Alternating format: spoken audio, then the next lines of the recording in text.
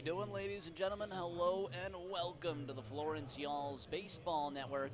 On an overcast day here in Sauget, Illinois, the Y'alls are ready to play the penultimate game of the 2024 season, Game 2 of the three-game series against the Gateway Grizzlies. Hello, everybody. Rory Tettemer here, your play-by-play commentator, joining you guys for the ride here as we get set for some Florence Y'alls baseball on the 50 West Brewing pre-game show. Inspired by the Great American Road Trip across Route 50, 50 West is the premier brewery in the Cincinnati area. At 50 West, every beer is a journey. Join us for the ride, located at 7605 Worcester Pike, Cincinnati. The Y'alls enter with a 44-49 record. Gateway Grizzlies 57-36. Again, same story as last night. It's the fates have already been decided for these teams. Florence Y'alls will not be continuing into the playoffs. The Gateway Grizzlies have already locked into the 2 seed in the West Division. They will be hosting whoever will come see them in the wild card, either Lake Erie or Schaumburg. So this is all for fun, all having a good time here and just playing fundamental baseball. Florence trying to end on a high note with a chance to win the series today after a win yesterday in the opening game of the 3-game series. A 4-2 victory on Friday night. Florence, they just play best when they have their elite hitting, also complemented by some strong pitching. That's exactly what they got out there last night. Hunter Mink, he just continues to shine on the mound, picking up his second win of the season and second in a row. Mink fired a season-high 6 innings, allowing just 2 runs on 4 hits with 3 walks and 2 punch-outs. Mink's only 2 runs were solo shots from Pete Zimmerman, who continues to haunt the Florence Y'alls. On the piggyback of Mink was Matt Fernandez, who followed right out of the pen and earned the rare 3-inning save, allowing just 1 hit in a shutout performance. The Y'alls offense was fueled by a 3-run 5th inning, which was capped off by a 2-run single from Brian Fuentes, and then in the 6th, Dalton Davis was able to launch a solo shot to deep left field, making it a 4-1 game and the scoring for Florence. Davis finished 2 for 4, adding a double and 2 runs. Hrustic added a multi-hit performance as well, a 2 for 4 line scoring a run, and then Blazo saving 2 for 5 with a triple in his last at-bat. No runs, no walks, no RBIs. We enter here today with Yoniker Villalobos out on the mound against Tyler Cornett, who enters with a 5-2 record but a 5.14 ERA. Villalobos 4-8 with a 4.8 ERA. Cornett is being activated off the IL before this game, kind of making a spot start. He was put on the IL, but it's pretty much one of those phantom IL spots where it's just, he wasn't performing the best and he has to go out there. So it's a chance for Gateway to obviously save pitching here as they look towards their playoff matchup. Wild card and beyond for Gateway obviously is what they hope. So they'll try and save as much pitching as they can, and they'll give Tyler Cornett a rollout here in Game 2 of the 3-game series. He's pitched very well against Florence all the way back on May 22nd. He had a win in 5 2/3, 3 innings pitched, 1 run, it was unearned, 3 walks and 4 strikeouts. And then again on June 30th, it was a loss. It was a loss for Gateway. He earned a no decision, 2 innings pitched, 1 hit, 1 run, no walks, 3 strikeouts. His last time out, August 10th, 4 innings pitched, 11 hits, 7 runs, 1 walk, 2 strikeouts. The timeout before that, 5 runs against New Jersey. So it was New Jersey and Evansville that kind of pieced him around, and that sent him to the IL. He's had glimpses of some very strong outings, 5 1/3 with 10 Ks on July 10th, and then 6 innings of 1-run baseball on July 24th. So he can be very dominant, but just has lacked that his last 2 times out. Let's see what he does coming off the IL today. On the flip side, it's Yoniker Villalobos, who has been here all season for Florence. Villalobos making his 20th start on the season. 4-8 record and a 4.8 ERA. The team's 7-12 when Villalobos is on the mound. He's gotten 88 runs of support, 4.63 runs per game. Villalobos, his last time out against Schaumburg, a no decision, 6 innings pitched, 9 hits, 4 runs, 2 walks and a strikeout. That was in a 6-8 loss to the Boomers.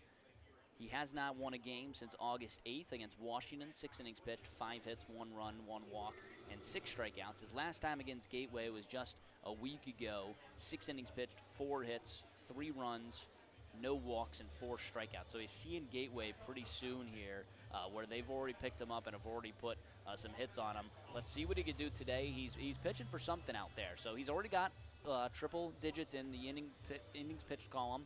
105 innings pitched so far. He's trying to get triple digits in Ks. He's sitting at 92 strikeouts currently. If he gets 8 Ks today, he will join that 100 strikeout mark that, I'm sure a lot of pitchers in the Frontier League are trying to hit every year.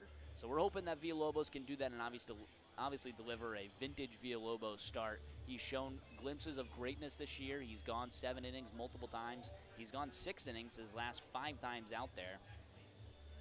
And actually 6+ his last 7 times out there. So you should expect length from Yanniker Villalobos. It's just he's at his best when, obviously he's going to give up hits. He's at his best when he limits the damage on base. He gets ground balls for double plays, produces soft contact where players, can't advance the base path. So that's when you're going to see the best of Yanniker Villalobos, and we'll see what version we get of him tonight. His last start of 2024. Why not end on a good note? The Yalls going with a different lineup today after a Game 1 win. It's Ed Johnson leading off, playing shortstop, batting second, the first baseman, Craig Massey. In the 3-hole at the hot corner, the third baseman, Brian Fuentes. Batting cleanup, the right fielder, Hank Zeisler. Returning to center field, batting fifth, TJ Reeves. Some exciting news on TJ Reeves as well. Batting sixth, the designated hitter, Zaid Richardson. In the 7th spot, the left fielder, Steven Harustich. Batting eighth, the second baseman, Dalton Davis. And rounding it out will be the catcher. Returning to the lineup, Sergio Gutierrez. We'll take a look at the lineup that Yanniker Villalobos will oppose in the Gateway Grizzlies. Leading off, the second baseman, Gabe Holt. Batting second, the left fielder, Victor Castillo. In the 3-hole, the big man, the plague of the Florence Yalls, the designated hitter, Pete Zimmerman. Batting cleanup, the third baseman, DJ Stewart, making his first start in the series.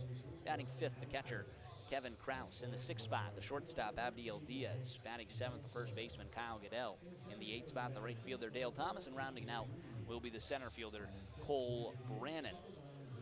Before today's game, the Frontier League announced their postseason awards, which is basically just a culmination of the entire 2024 season, including the All-Frontier League team, MVP, Pitcher of the Year, Reliever of the Year, Rookie of the Year, Manager of the Year, so on and so forth.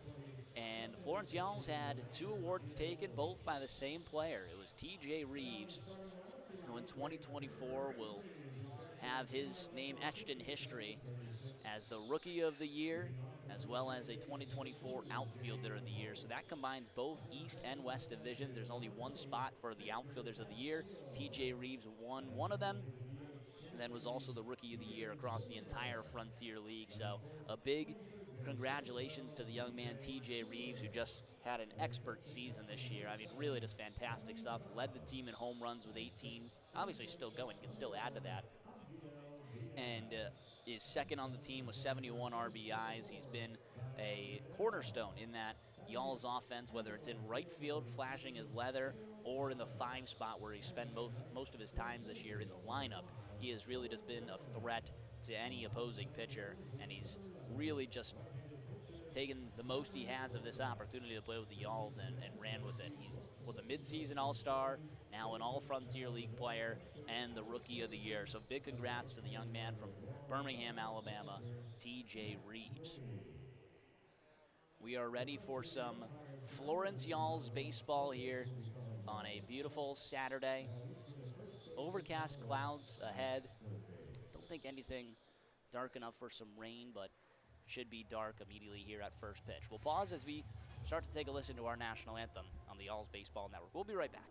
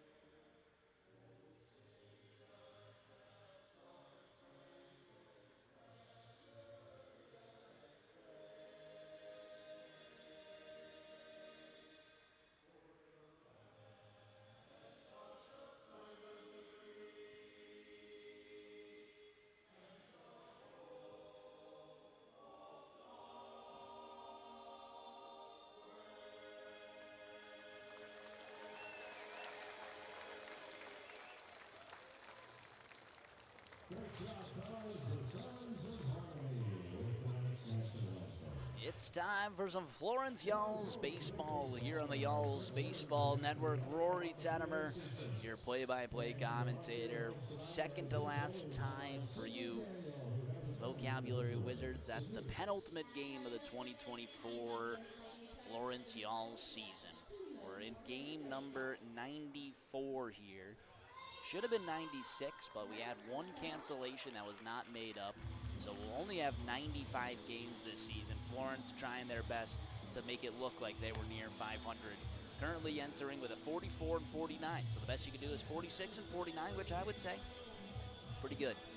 Obviously not the goal of making the playoffs this year, but there's always next year with a young roster that's right around the average of 25 years of age, 24 if you take out Craig Massey. Very young, very talented offense that ranks #1 in the Frontier League. A lot of promising things for next year.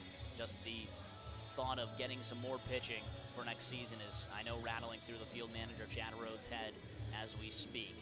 First, there is a game to be played. In fact, we have 2 more games to be played.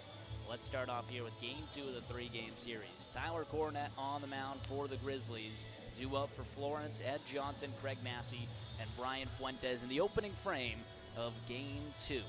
Cornett, 5-2 record, 5.14 ERA, has not pitched since August 10th against Evansville when he allowed 11 hits and 7 runs here at home. Apparently he's just been a different pitcher on the road than he has been at Grizzlies ballpark. What that means to me, he's a fly ball guy, and at Grizzlies ballpark, the Mickey Mouse Stadium, a lot of those fly balls probably heading out of here. So maybe Florence can take advantage of that, and we can see some fireworks here on Saturday night. Again, if you're new to the broadcast, the dimensions here at Grizzlies ballpark, the smallest stadium in the Frontier League, 301 down the line, which apparently is more like 295. 318 to left field, and then 385 to dead center. That is extremely short all the way around. Anything that goes to right center field onto the grass in that short berm over there is called a Grizz bomb, because it's not going to be out at any other ballpark in the Frontier League. Ed Johnson leads us off, righty on right battle. Tyler Cornett from the stretch. First pitch misses upstairs, 1-0. First pitch 6:39, 9 minutes behind schedule, after we had some pregame ceremonies for the Grizzlies' host parents, as well as their manager earning like his 700th win last week. The 1-0 to Johnson, misses outside, 2-0. Y'alls taking on the Grizzlies. Y'alls fresh off a 4-2 victory last night to open the series.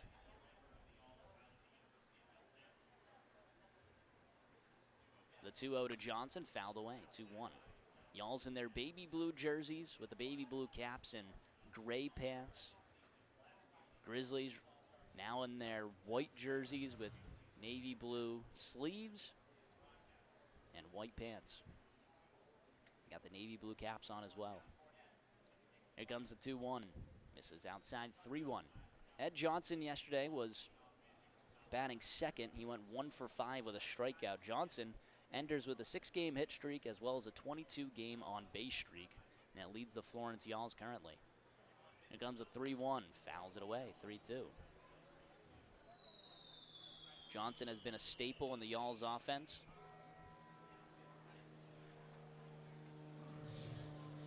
He leads the team in average, hitting .326.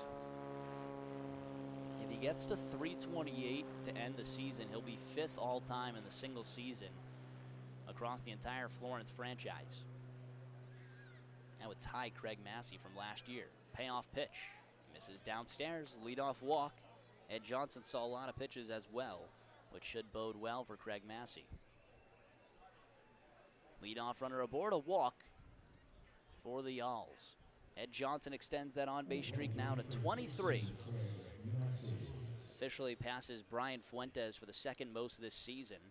Hank Zeisler will have won the crown with 33 on streak that no one could catch this season. Massey takes the first pitch in there for a strike. Massey on the bench yesterday after a travel day. Usually expect that. Massey making his first start in the series over at first base today. Johnson with a 2.5-step lead. 0-1. Misses inside, 1-1. Johnson leads the team in stolen bases.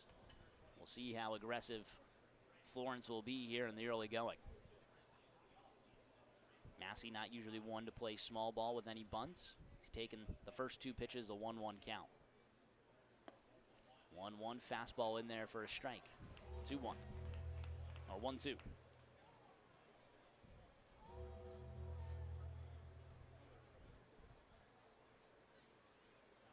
Tyler Cornett looking for his first strikeout. Johnson 3-step lead at first. 1-2, fouled away. Slide step there from Cornett, trying to keep Johnson at bay.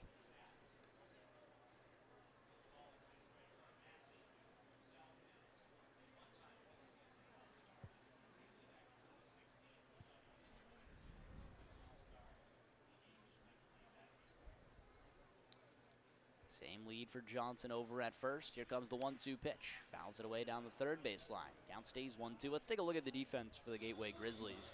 In the outfield, it's left fielder Castillo, center field Brannon, and right field Thomas. In the infield, DJ Stewart at the hot corner, Abdiel Diaz at short, Gabe Holt at second, Kyle Goodell at first, Kevin Kraus behind the dish. Jose Alvarez on the pine today, and Pete Zimmerman's the designated hitter. 1-2 swing and a miss. Massey down on strikes. First K of the day for Tyler Cornett. 1 away here in the opening frame. That'll bring up Brian Fuentes. Ed Johnson still at first.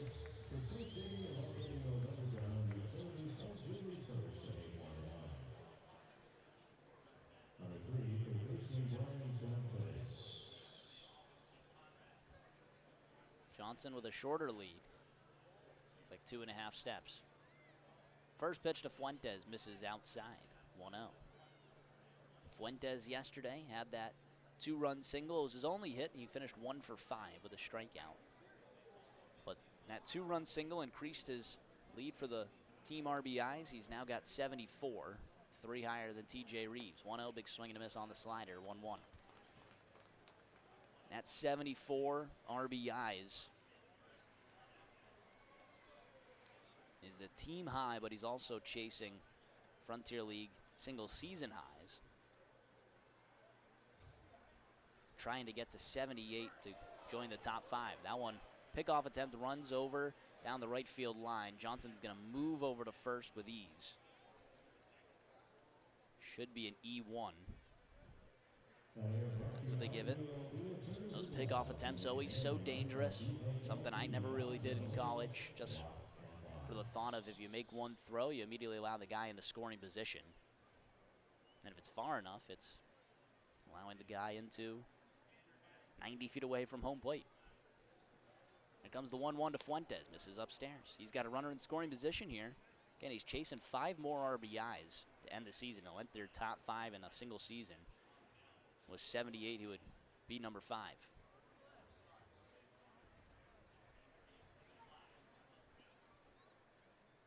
2-1, swing and a miss.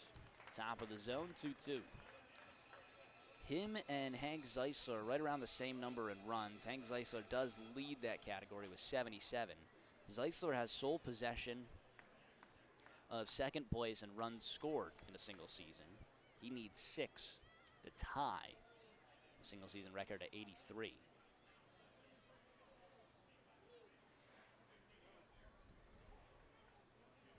On the stretch of the 2-2, swing and a miss. Another high fastball. Fuentes chases, back-to-back Ks for Cornett. Runner in scoring position, 2 away now for Hank Zeisler, the man of the hour. Zeisler 1 for 2 yesterday, had 2 walks as well, plus a strikeout. Zeisler leads the league in triples with 7. That is tied for second all-time in a single season in Florence franchise history. It is the most by any Y'all in franchise history. I guess that really doesn't have to be said for most of these records. Y'alls haven't been in existence that long. It's where that would matter. It's still just franchise history dating back to the Florence Freedom, Erie Sailors, Johnstown Johnnies, the Johnstown Steel, all that good stuff.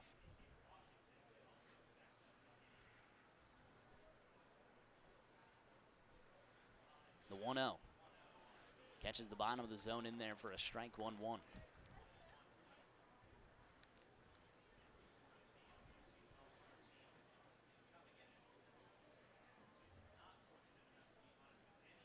Florence going to have to wait one more season as well to get their first ring.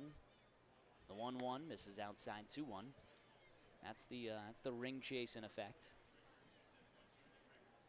The Y'all's championship history, just an interesting one. The city of Florence has yet to taste the championship, but the franchise itself, from where it started, is actually tied atop the leaderboard in the Frontier League for the most championships with 3. 2-1 pitch misses upstairs, 3-1. The team, the franchise, dates all the way back to 1994, where they were known as the Erie Sailors. They captured the Frontier League championship in their only season of play there in 1994. And then 1995, the team moved to Johnstown, where they picked up 2 more Frontier League championships the very next season in 1995, and then in 2000 as well, known as the Johnstown Steel and Johnnies respectively. That one's fouled away, full count.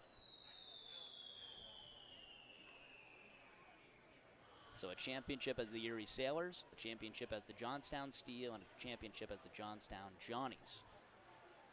Last one was back in 2000. Y'alls are hunting their first championship under the rebranding. Payoff pitch, skied over to left field, well hit. Castillo back at the track, he looks up, but it's out of here. 2-run shot from Hank Zeisler. He joins the double-digit club, his 10th home run of the season. And he'll add a run too. Now 5 away from a single-season record. Hank Zeisler gives the Y'alls a 2-0 lead here at the top of the first.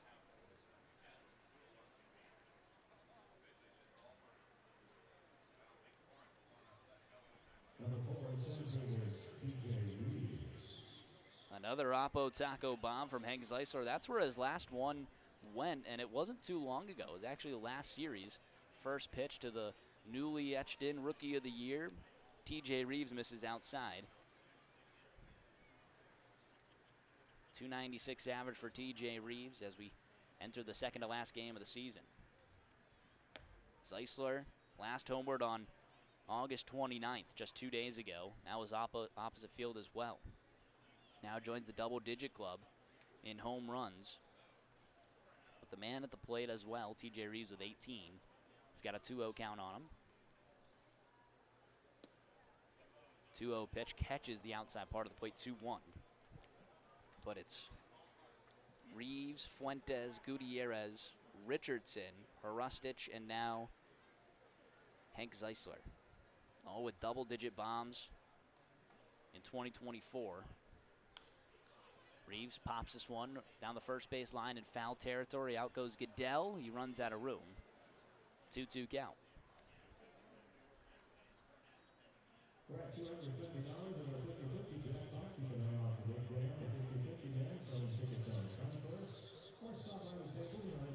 That's the thing about this ballpark. It doesn't matter really how hard you're going to hit it. If you hit it high enough, you'll be surprised how quickly that fence comes up. 2-2, misses outside, a full count. I think even Hank would say he didn't fully get all of that, but 318 down the line was far enough to go out. It's even closer to right field, but just plays more at 295. Payoff pitch. Called, strike 3, fastball, bottom of the zone. Sits TJ Reeves down on strikes. The Y'alls do score first. A 2-run shot from Hank Zeisler, his 10th of the season. Florence carries a 2-0 lead into the bottom of the first. We'll be right back here on Y'alls Baseball Network.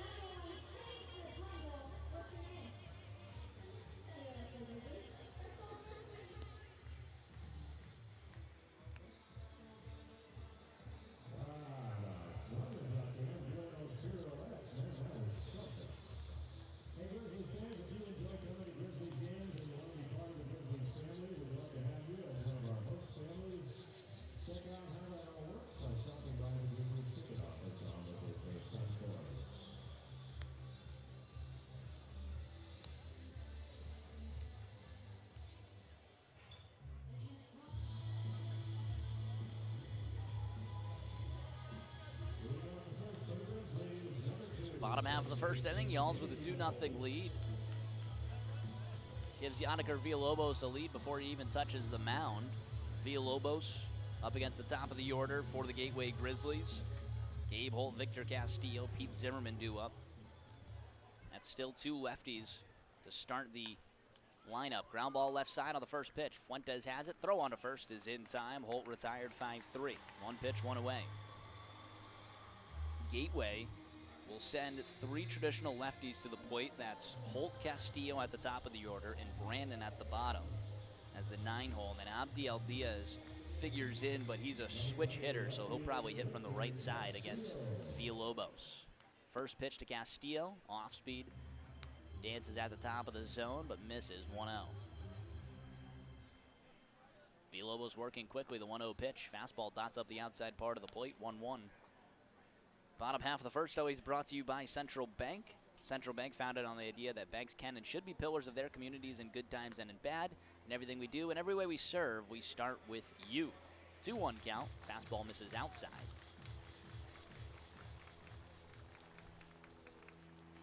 On the windup, 2-1 pitch. Skies it in the air towards left field. That'll send Hrustic back. He's going to look up and watch it bounce off the wall. On his way to second, Castillo. Throw goes into the cutoff. 1-out double for Victor Castillo.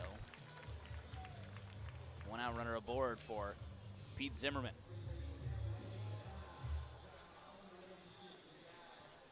Well, safe to say Yakertek not working.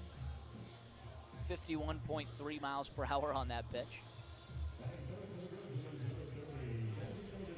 Ends my day looking at Yakertek pretty quickly. Pete Zimmerman, last time he faced Villalobos, had 2 home runs off the first 2 pitches. It was a 3-home run game for Pete Zimmerman. He had multiple home runs last night as well. He has 6 home runs in the last 4 games he's played the Florence Y'alls. Pretty amazing. Here comes the 0-1 pitch. Misses just a little bit outside, 1-1.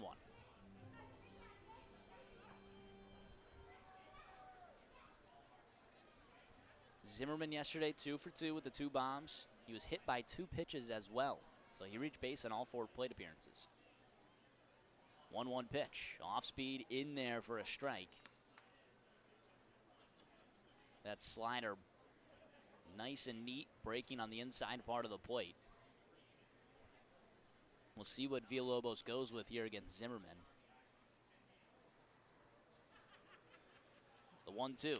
Skies it, shallow right field, out goes Davis, and in comes Zeisler, bounces in front of him for a base hit. Runners at the corners with 1 away. That one's just punched out there from Zimmerman.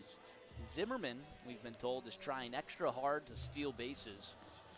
He is trying to become the first 2020 player in Grizzlies franchise history. 20 home runs and 20 steals. Currently Zimmerman at 18 steals, so he just needs 2 more.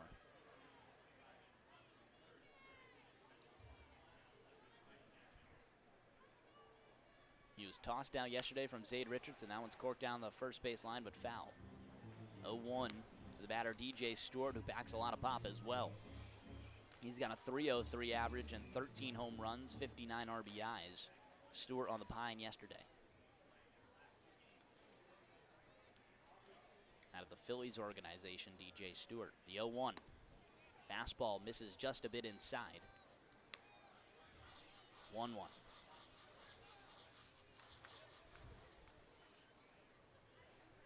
Villalobos in his 20th start of the season. He's been here since the opening weekend. 1-1 pitch, ground ball left side. Fuentes has it. Throw on to second, 1. The relay to first. Not in time. A run comes in. RBI fielder's choice from DJ Stewart. 2-1 ball game. One not spun quick enough.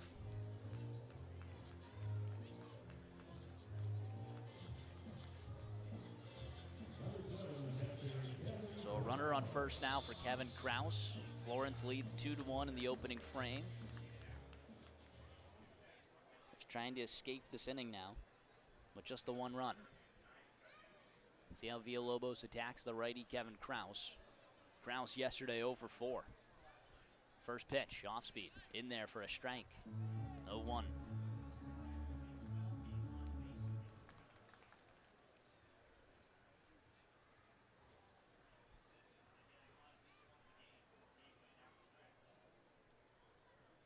Here comes the 0-1 pitch. Fastball misses upstairs. How about this? New Jersey and Trois-Rivières had their penultimate game canceled and postponed tomorrow. So tomorrow, to end the season, they'll have to play a doubleheader. Yikes. 1-1. Check swing misses inside. At least they start at 11 a.m. A doubleheader starting in middle of the day would have been tough.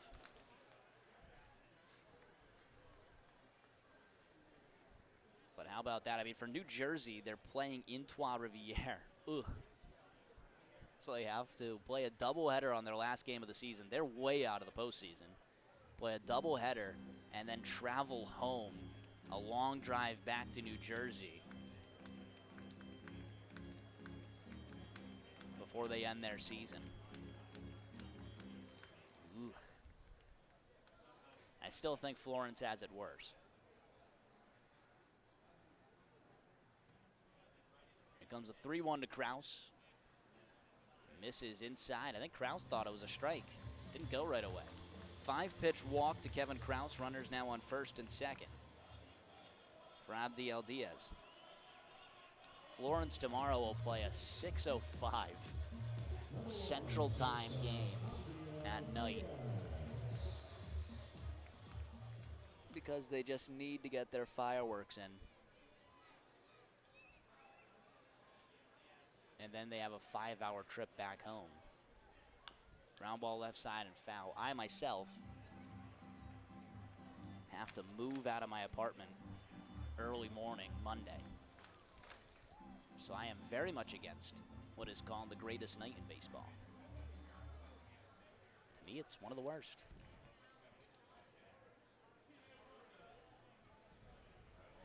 Here comes the 0-1. Ground ball right side. Davis gets there, has it. Throw on to first in time. Villalobos strands runners on first and second, and a run comes across. Florence carries a 2-1 lead into the top half of the second inning. We'll be right back here on y'all's Baseball Network.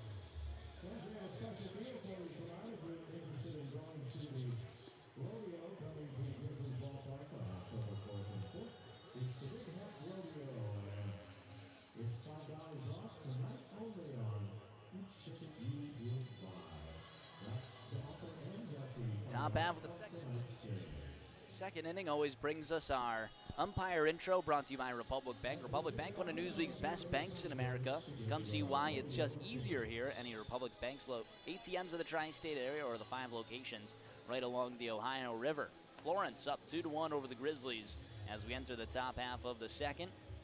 Richardson, Hrustich, and Davis due up for Florence. That's the 6, 7, 8. Our umpire crew today, behind home plate, Manuel Flates. Down the first baseline, Kyle Eastman. And the crew chief down the third baseline is Tom West. Flates, Eastman, West. It's the umpire crew, always brought to you by Republic Bank. Richardson steps up to the plate, his first at-bat today. That one misses upstairs. Still Tyler Cornett on the mound. Florence got a 2-run homer from Hank Zeisler in the opening frame. Gateway entered back with 1 theirself. Now a 2-1 Florence lead. The 1-0 runs inside and hits Richardson right on the elbow. He reaches base. Good news and bad news. He got hit on the elbow. Good news, he now has an 11-game on-base streak. Hitless yesterday, which ended his 9-game hitting streak, but the on-base streak continues with a yesterday walk and now a hit by pitch. He's up to 11, which ranks third on the team.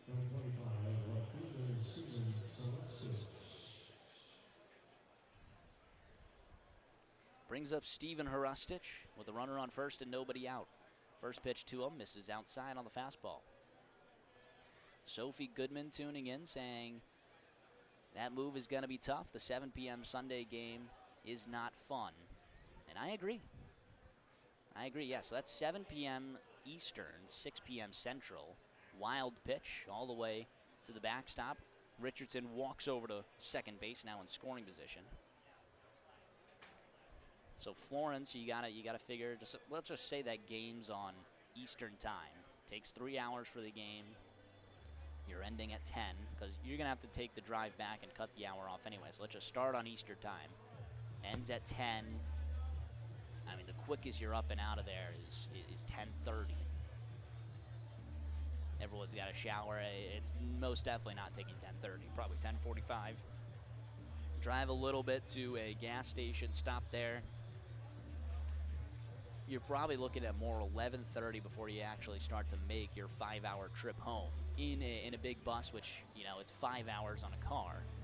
So in a big bus, you figure it's even slower, maybe 5.5. You're looking, the y'all's getting home at 5 a.m.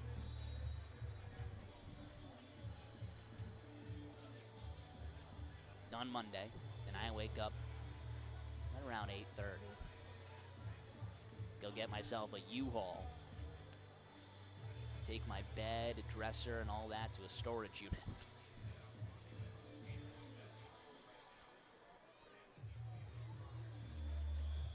Not going to be fun, but hey, at least we get to see fireworks. That's what matters most, right?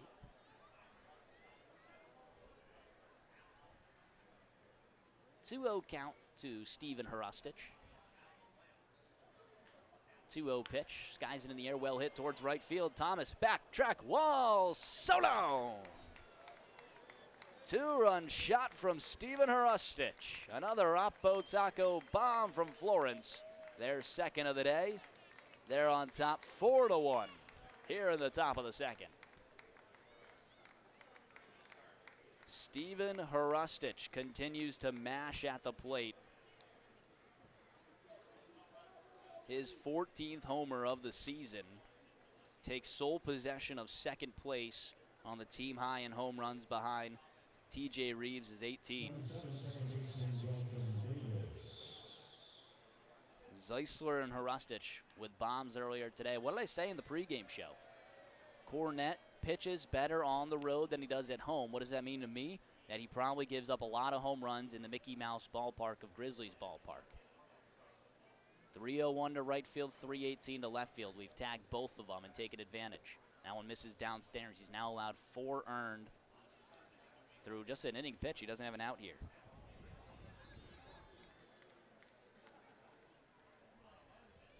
Dalton Davis with a 2-0 count on him. 2-0 pitch, misses downstairs.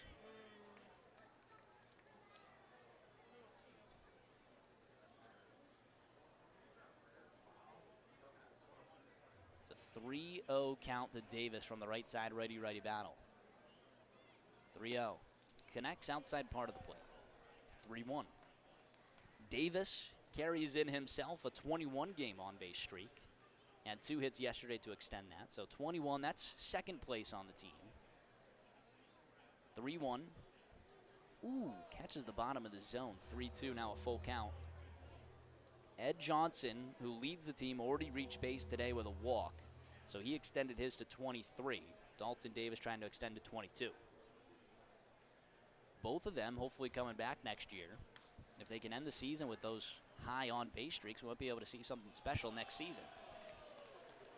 That one was fouled away. It's still a full count. Nice catch made down the right field line by a youngster with a glove. Grizzlies fan, I suppose.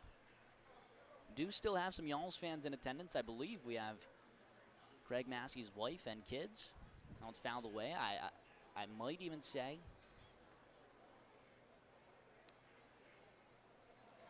I can't speculate.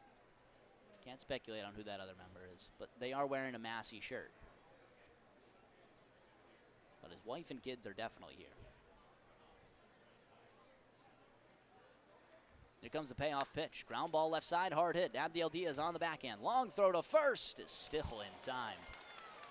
My, oh my. Abdiel Diaz continues to flash the leathers, 6-3 to retire Davis. The first down here in the second. That'll bring up Sergio Gutierrez. And now we had the postseason awards, but I didn't see any Gold Glove awards there. I don't know if that happens maybe after the season. I don't know if those are a thing. Am I just making it up? I would assume if they got Rookie of the Year and MVP, they would probably give like a Gold Glove award. Abdiel Diaz has made phenomenal plays this year, specifically against Florence, but he really has had a great glove. Swing and a miss there from Gutierrez. In the lefty batter's box, a switch hitting catcher. Returning to the lineup since he got hit by a foul ball while catching. That took him out of the game. He sat the next two for Zade Richardson to catch. Ropes this one down the right field line. That'll go all the way to the wall. Gutierrez turning and burning. He's going to go for second. Throw goes into the cutoff. Not in time. A one-out double from Sergio Gutierrez. Y'alls with their second hit of the inning and a runner again in scoring position with one away. Ed Johnson back to the top of the order at the plate. Safe to say Gutierrez feels good. Never really got where he got hit. It was a foul tip. I just don't know where it went. But it did sit him for just a few games there. About 2.5 essentially, where Hank Zeisler came in and filled in his shoes behind the plate. Then it was Zade Richardson with the next two starts. That one misses inside. 1-0 count. Johnson walked, got over to second on a failed pickoff attempt, E1, and then scored on the two-run shot from Hank Zeisler. One away of the runner on second, 1-0. Misses downstairs, 2-0. A lot of pitches so far from Tyler Cornett. An inning and a third in. That'll cause Kevin Kraus to go out to the mound and talk to his wing. Let's check in. Sophie Goodman says, thank you for breaking this down. It's very helpful. I believe she has to get Nick Thurling, the creative director for Florence. Once we return back home, that's an early morning technically for Sophie. Not an early night, that's a morning.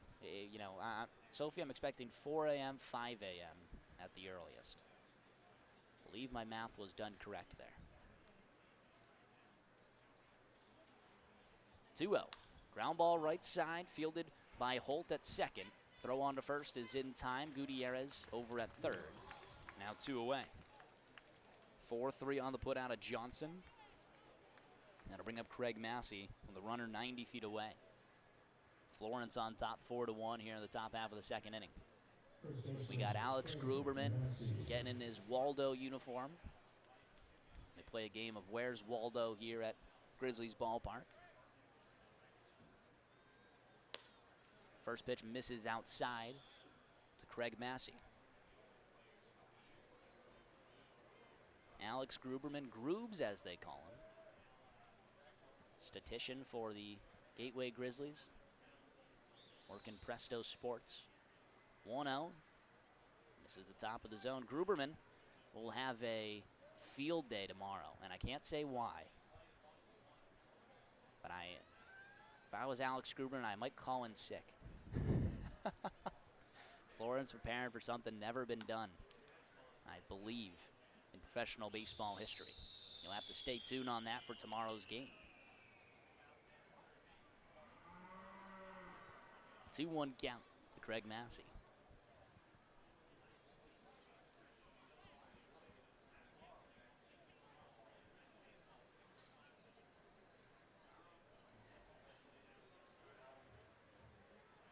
The 2-1 pitch misses upstairs.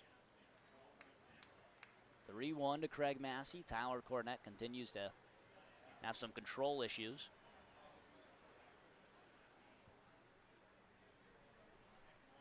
It's a runner on third and Gutierrez 2 away. From the stretch, first base side of the rubber, 3-1 pitch, misses downstairs. First official walk of the inning from Cornette, but he had a hit by pitch as well. That'll bring up Brian Fuentes with runners at the corners.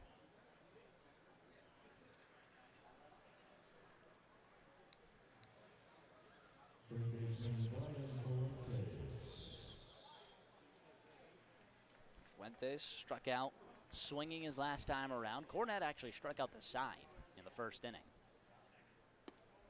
Allen catches the outside part of the plate, 0-1.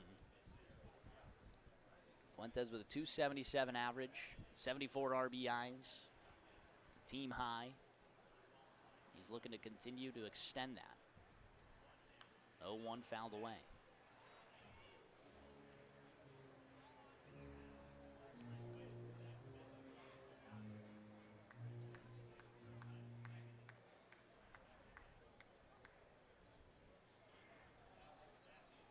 Fuentes needs 4 more RBIs to be 5th all-time in a single season in franchise history.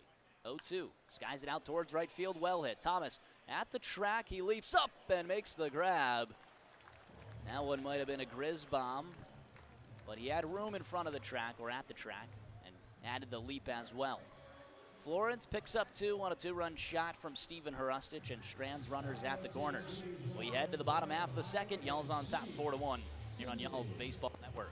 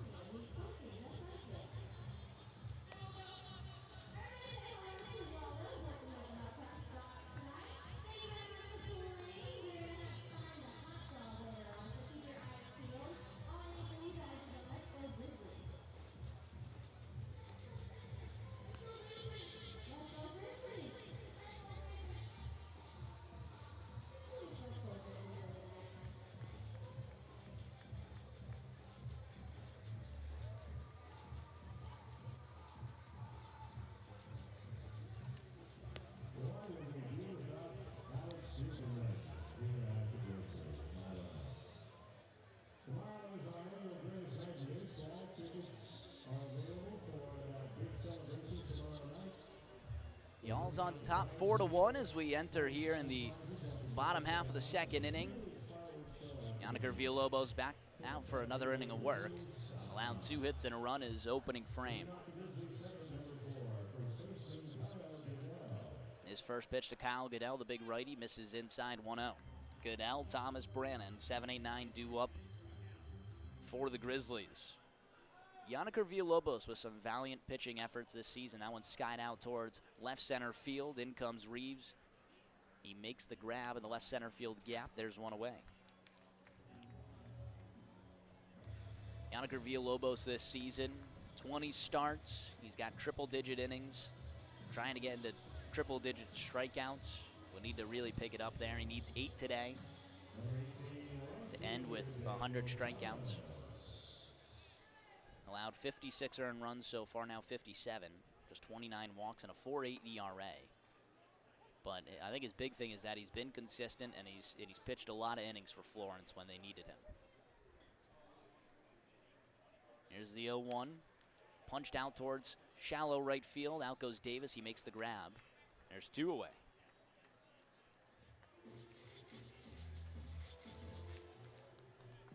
That'll bring up Cole Brannon from the left side. We'll start that train of lefties here, 3 in a row. Brannon, Holt, Castillo, all against the southpaw Villalobos. I don't think that Villalobos will have touched any single-season record. That one's skied out towards left field. Hrustic comes in on it, working towards the line, makes the grab Under 10 pitches for Yannick Villalobos in a clean 1-2-3 frame. We head to the top half of the third. Tettemer Trivia coming up here on y'all's Baseball Network.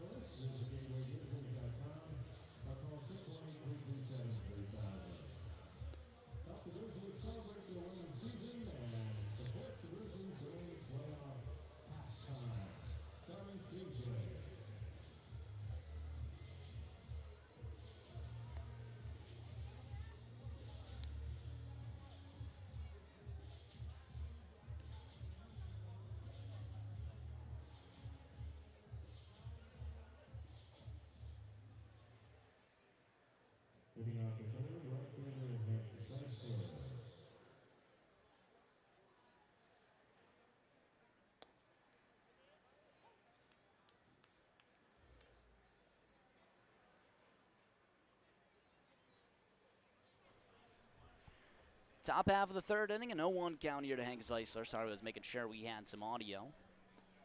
0-1 pitch, swing and a miss. 0-2 count. Hank Zeisler, T.J. Reeves, Zade Richardson, due up here in the third inning. Top half of the third always brought to you by the Rory Agency, located in all 50 states across the nation. Feel the Roar difference with Roar Insurance and visit us today at roarins.com. The Tettemer Trivia today, it's the penultimate Tettemer Trivia. The way it works, question is live on Twitter. It's rtettemer9 or Florence_y'all. Swing and a miss there from Hank Zeisler. He's down on strikes. Fourth K of the day from Tyler Cornett. One away here in the third.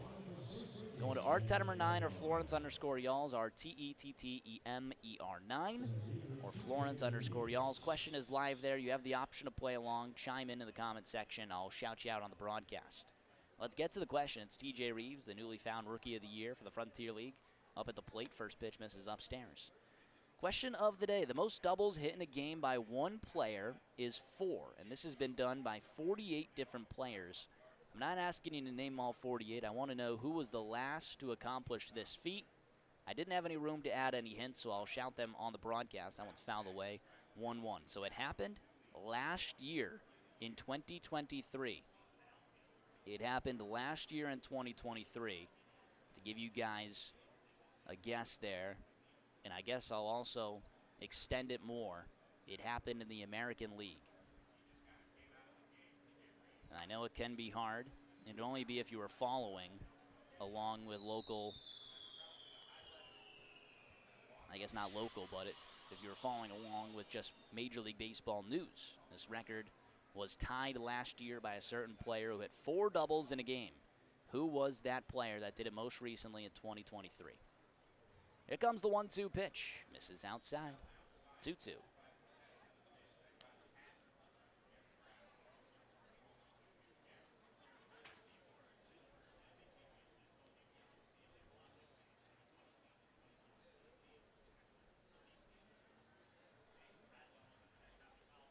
Two-two count to Reeves. Bases empty with one away. Wind coming in. 2-2 pitch. Swing and a miss on the slider. Reeves down on strikes for the second time today. 5th strikeout for Cornett. That'll bring up Zade Richardson.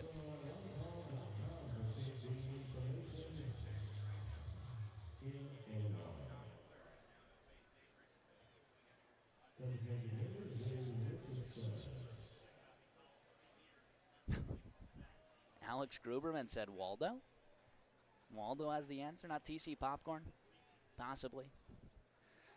Zade Richardson, first pitch, catches the outside part of the plate, 0-1. Again, Tettemer trivia question. The most doubles in a game is by one player is 4, and it's been done 48 different times. I want to know who was the most recent. The hint, 2023, and it happened in the American League. Who was that player?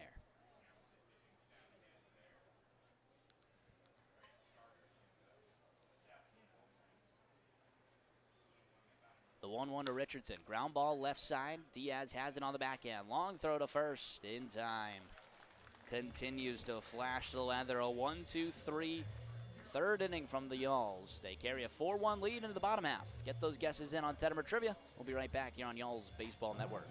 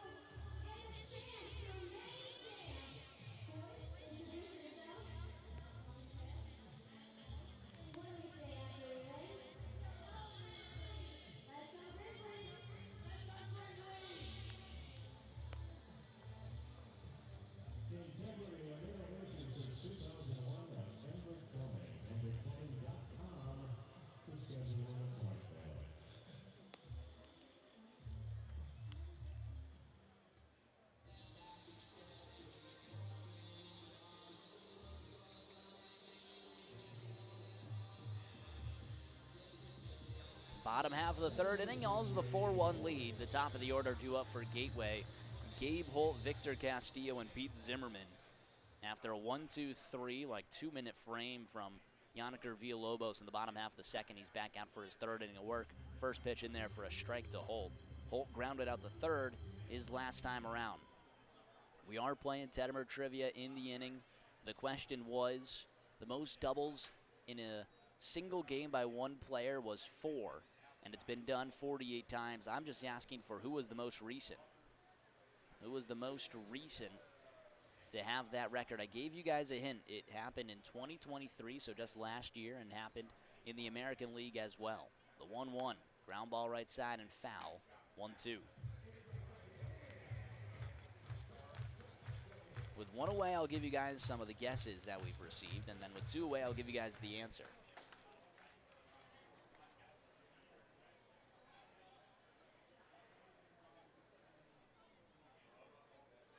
Here comes the 1-2 pitch from the lefty. Swing and a miss. Fastball inside part of the plate. Yannicker Villalobos nabs his first strikeout in the first down of the third inning. That'll bring up Victor Castillo. Doubled and scored his last time around. Let's get to some of our guesses here. Like I said, we already read Alex Gruberman's Waldo. Possibly correct. Jesse Cook chimed in. Broadcast partner of this year, Jesse Cook, still chiming in on the broadcast. He said Rafael Devers. Richie Giuliano said Yordan Alvarez. Both of those good guesses. And right now, Rich Tettemer, before I gave the hints, said Nick Castellanos. We'll see if he'll go back on that guess, which I assume he would. Now he knows that it's American League in 2023. Castellanos on the Phillies in the National League in 2023. 2-1 count to Victor Castillo, the lefty on lefty battle. So currently Devers Castellanos, and Alvarez are our guesses. 2-1. Skies it in the air, shallow left field. Out goes the shortstop Johnson, extending the range towards the line. He makes the grab. 2 away. With that, I mean, it's been a quick inning. Guess I give you guys the answers. Rafael Devers or Nick Castellanos or Yordan Alvarez, all good guesses. First pitch to Pete Zimmerman, misses inside. No correct answer in the chat. We have an extremely close one. Rafael Devers was the 4th most recent. He did so back in 2019, but that was not the most recent. Kevin Newman did it for the Pittsburgh Pirates. I believe Kevin Newman, might have been Kyle Newman, but it is Kyle Farmer for the Reds that did so in 2022. Newman in 2021. That one's punched out towards shallow left field. In comes Hrustic. It drops in front of him for a base hit. Zimmerman with his 2nd hit of the ball game. He continues to hit against Florence. So Devers, Newman, Farmer, that's leading up. Farmer, the 2nd most recent in 2022. But the winner in 2023, he was an all-star this year, has become the face of that franchise. I wouldn't maybe say the face yet. There's still Rafael Devers out there, but it was Jarren Duran of the Red Sox. July 2nd, 2023. Duran had 4 doubles to join that elite crew. No man has ever had 5 doubles in a game. That would be the new record, but 48 players have tied the record, and the last to do it was Jarren Duran. So the correct guess will be Jesse Cook for being on the right team, and at least someone that's done it before to Rafael Devers. That one's punched out towards center field, well hit. Reeves back in front of the track, makes the grab, and that will end the inning. I'll continue talking about Tettemer trivia a little bit more in the top half of the 4th. Y'alls have a 4-1 lead. We'll be right back on Y'alls Baseball Network.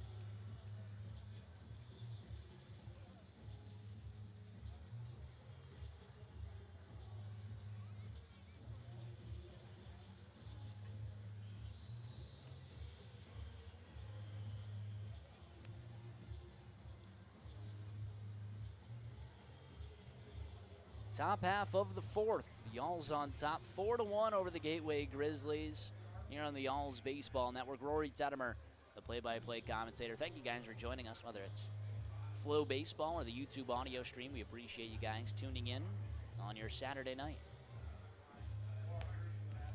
Cornett still out on the mound for the Gateway Grizzlies. Florence will send Steven Hrustic, Dalton Davis, and Sergio Gutierrez to the plate here in the 4th. They got a 4-1 lead. Hrustic steps in and launched a 2-run homer opposite way his last time out towards right field. Bounced it off the scoreboard, which gave Florence a 4-1 lead. Here comes the first pitch. Slider in there for a strike. Beautiful bender there from Tyler Cornett. An 0-1 count. We just had our Tettemer trivia. The correct guess was Jaron Duran. Jaron Duran was the last player to hit 4 doubles in one game, which is a record. It's been done 48 times, but he was the last one.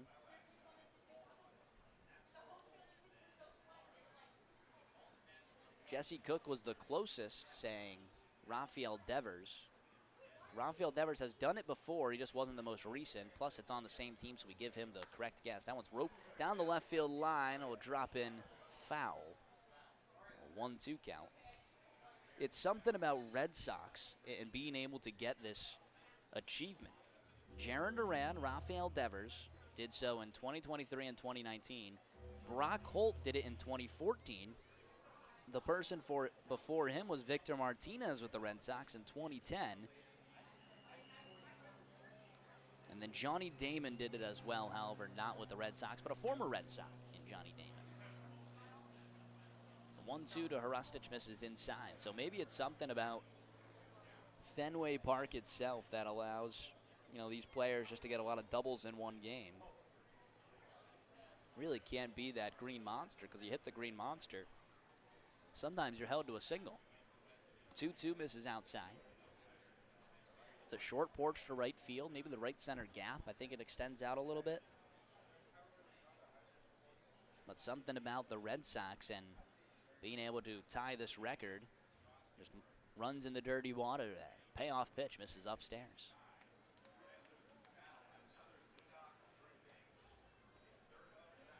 A walk to Steven Hrustic, his second time on base today. That'll bring up Dalton Davis. 1 on with nobody out. Florence on top 4-1 in their baby blue jerseys here in game 2 of the 3-game series.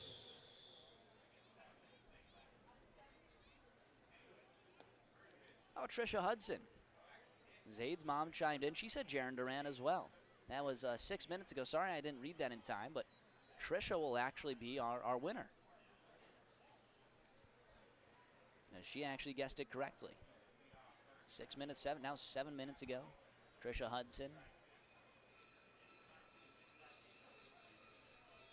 You're the correct winner. I'll happily give it to you over Jesse Cook. Jesse Cook got it wrong, and you got it right. Congratulations, Trisha Hudson. You are the correct Tettemer trivia guesser on August 31st, 2024. Jaron Duran. Jaron Duran has come into his own in 2024. He's trying to become the new face of the Red Sox. I think it's pretty hard when Rafael Devers is still there, and he's obviously signed to a very long contract, but Duran having a great season.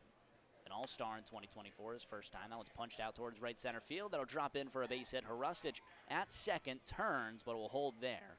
Everyone just moves a base. Runners on first and second.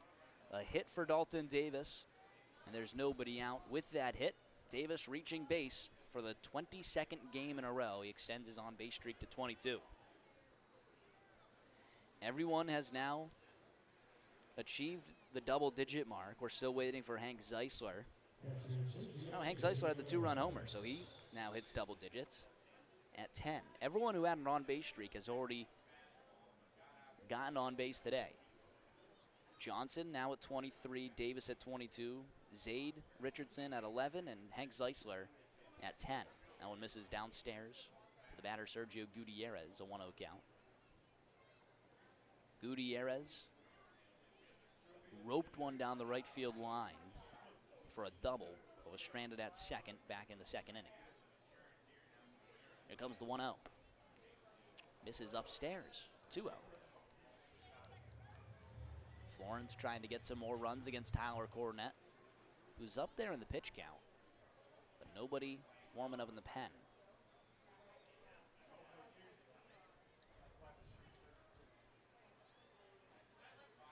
Big swing and a miss there from Gutierrez. 2-1 on the fastball upstairs. Gutierrez went pull side for that double. And you got to figure that's where he's trying to go with the short porch to right. Hasn't really been an opposite field hitter this season, but does have, I think, 2 opposite field home runs. That one misses inside. You know what? I'll take that back.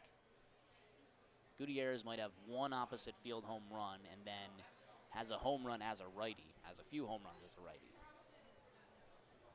But I think it was just one opposite field. 3-1.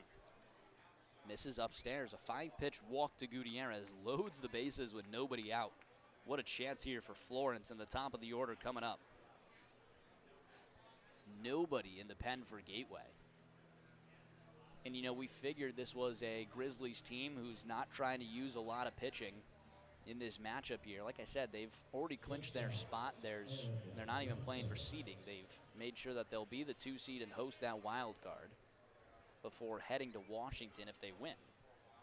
So they're just trying to stockpile as much pitching as they can.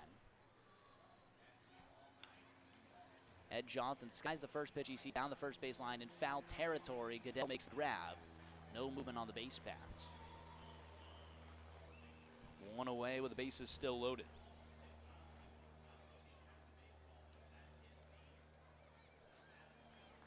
Ed Johnson now 0 for 2 with a walk and a run scored. Brings up Craig Massey. Massey 0 for 1 with a strikeout. Walked his last time around. Was stranded at first.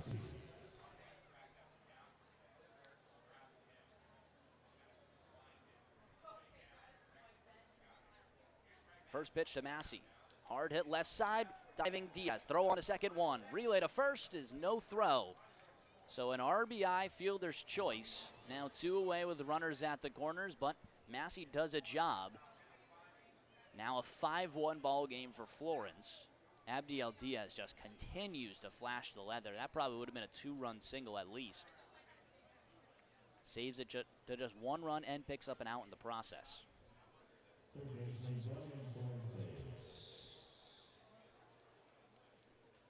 6-4 on the fielder's choice. Massey at first. Davis at third. Hrustic came in to score his second time today, and Gutierrez was put away. First pitch to Brian Fuentes misses downstairs. 1-0 count. Fuentes 0 for 2 today. Leads the team in RBI 74. The 1-0 misses outside.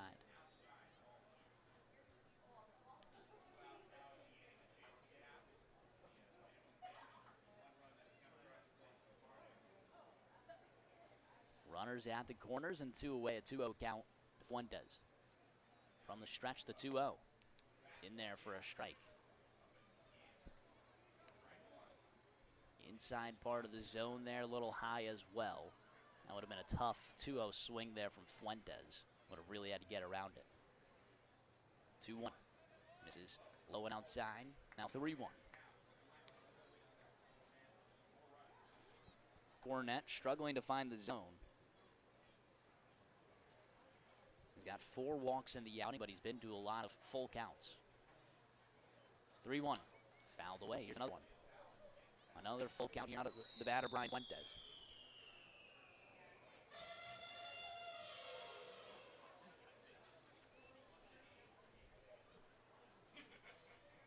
Cornette, around 90 pitches, 89. Payoff pitch, Fuentes. Misses upstairs. Ball 4, that loads the bases again now for Hank Zeisler. Look at this.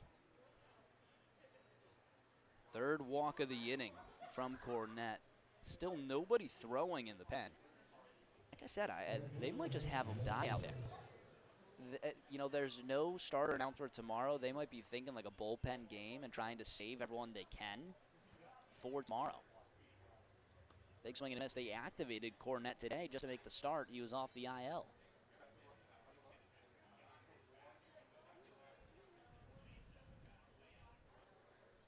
And they're really trying to preserve everyone they can for that first playoff game. And they don't even know their opponent. 0-1, fouled away, 0-2. Zeisler today, 2 opposite at-bats. A 2-run homer to left field and then struck out on 3 pitches his second time around.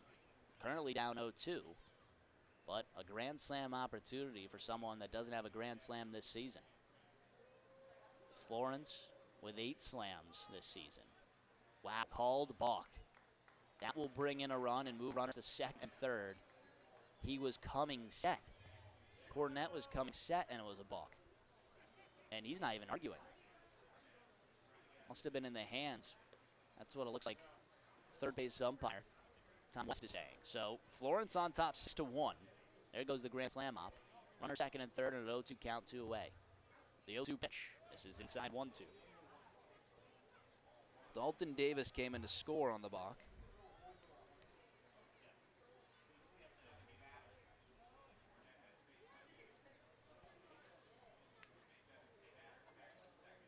It's a 1-2 count. To the lefty, Zeisler. The 1-2 pitch. This is downstairs on the changeup, 2-2. Florence with a 5-run lead. They've scored 2 runs in the first, second, and fourth. Meat on the bone still here in the fourth. Second and third. From the stretch, the 2-2. Punches it out toward shallow center field. That'll drop in for a base hit. Massey comes in to score, getting the wave around Fuentes. Throw to the plate, bounces off the mound. It's not in time. A 2-run single from Hank Zeisler. 4 RBIs on the night for Zeisler. His second hit of the ballgame. Y'alls explode here in the fourth.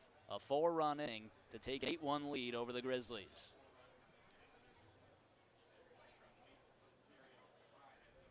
That'll be an RBI single and advances to second base on the throw.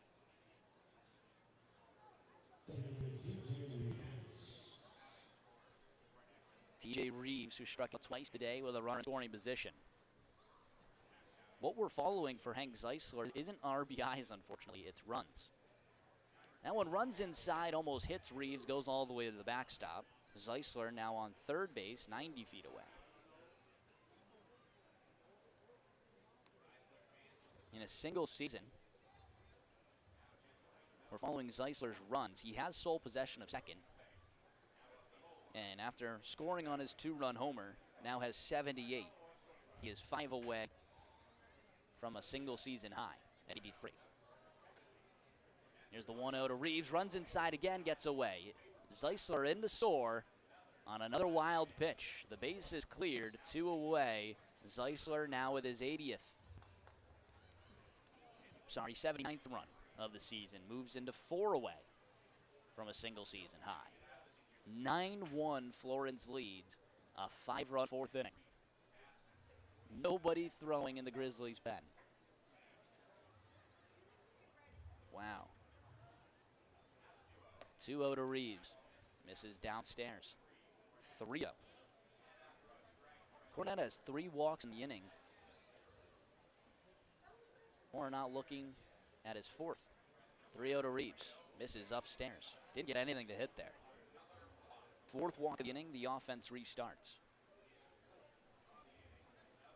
Runner on first, 2 away. Nobody throwing in the pen, but a member's up with the plyo ball. Cornette floating. 9 earned on 5 hits. Zade Richardson's chance to take advantage. He's the 9th player at the plate for Florence in this inning. If he gets on, Florence will hit around. First pitch misses outside. Richardson extended his on-base streak to 11 after he was hit by a pitch in the second and scored. Grounded out to short his last time. Some great defense from Abdiel Diaz. 1-0. This is upstairs, 2-0. Zade's someone who will have a green light whenever. 3-0, 3-1. But it has been 6 balls in a row. We'll see how Richardson attacks. If he gets his pitch, I'm sure he's swinging. That one misses outside 3. Now 7 balls in a row from Cornette. Just dancing around the zone. A little closer than they were to TJ Reeves. TJ Reeves had 2 inside on the head. And then the last one was high. They weren't anywhere close. 3-0 to Richardson. Misses outside. 4 walks in the inning. Those are 5 walks in the inning. Another 4 pitch walk. 8 balls in a row from Tyler Cornette. Ladies and gentlemen, I kid you not, no one is warming up in the pen.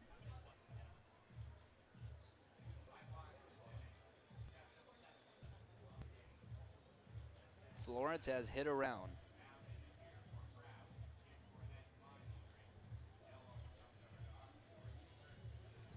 Meeting on the mound. Like I said, I think they're just going to let him die out there. But now it's like, you're not even letting him die out there. He's close to 100 pitches. He's past 100 pitches. So there's not much you can do to let him die when he's already past what, a pitcher's mark would be as at 100 pitches. Technically, he is fresh. He's coming off the IL. Hasn't pitched in quite some time, since August 10th. But he's struggling. 7 walks in the outing, plus a hit by pitch. He's offered 8 free bases. Almost another balk there as he steps off. Steven Hrustic, who started the inning with a walk, leads off, or steps up to the plate. 2-1, 2 outs. First pitch runs inside. Oh my. Right in the spine from Steven Hrustic. Loads the bases. Second hit by pitch from Cornette today. Bases loaded again now for Dalton Davis. 5 runs have already come in. This is all with 2 outs.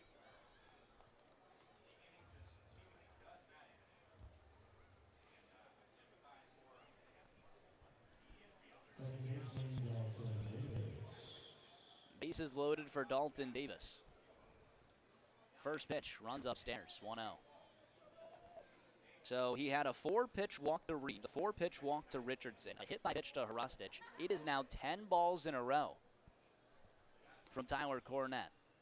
1-0. Outside, goes all the way to the backstop. Gutierrez, or that's Richardson rushing in. 10-1 Florence, 6th run of the inning. Second and third, a 2-0 count with 2 away. Oh my.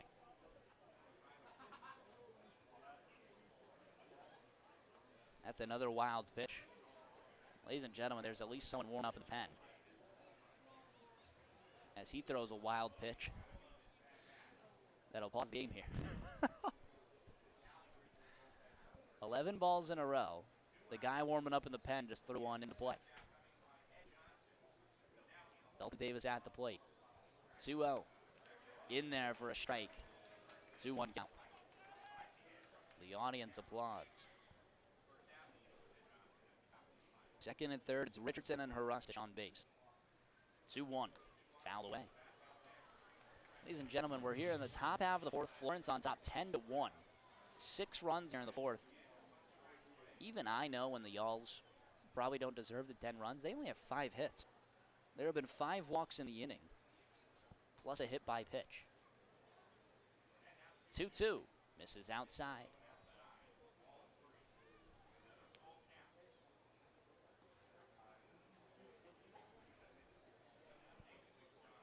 Seven walks from Cornette, plus a hit by plus 2 hit by pitches, 9 free bases. Payoff pitch, misses outside.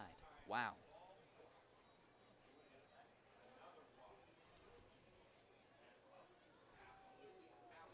Six walks in the inning. Pitching coach going out to the mound. That's got to do it, right? They might just be buying time. Nope, they'll call to the pen.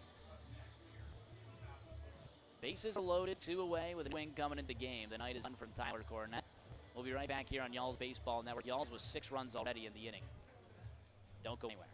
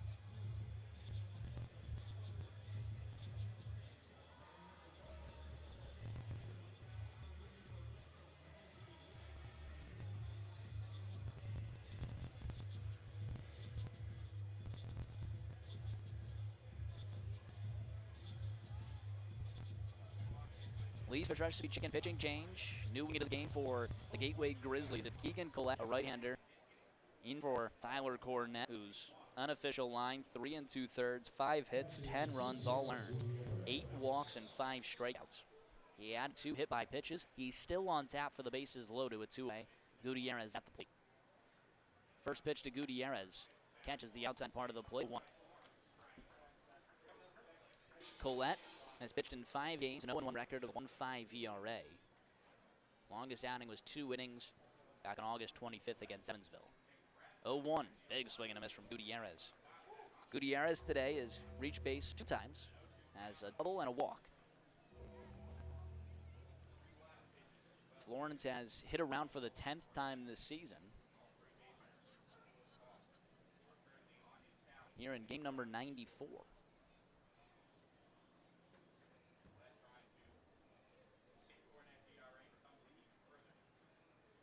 Long hold, here comes the 0-2 pitch, fouled straight back. We'll do it again. The bases are loaded with 2 away. A lot of this has happened with 2 outs.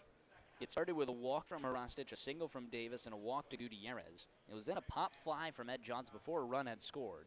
Then an RBI fielder's choice. That's the 2 out there from Massey. Swing and a miss there. That will end the inning. Y'alls leave the bases loaded, but they bring in 6. It's a 10-1 ball game as we head to the bottom half of the 4th. The nightmare is over for the Grizzlies. We'll be right back here on Y'all's Baseball Network.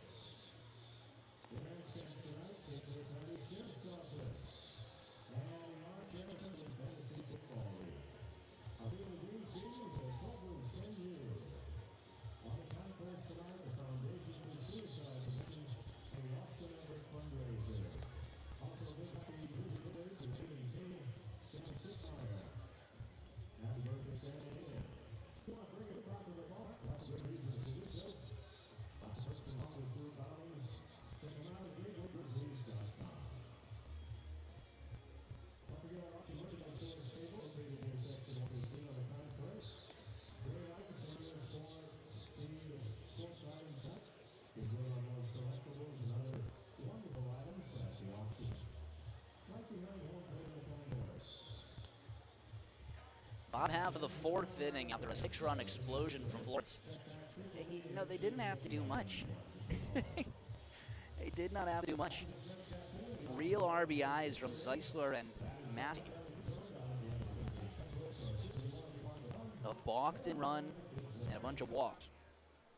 A couple RBI walks.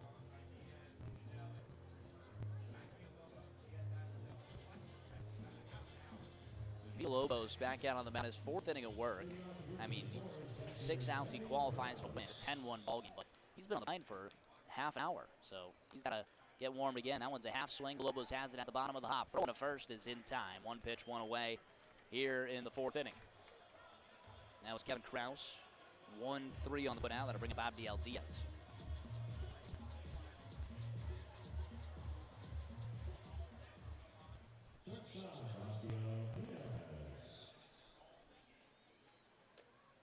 First pitch to Diaz, misses upstairs.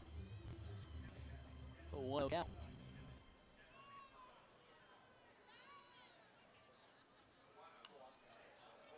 That one's fouled away, 1-1.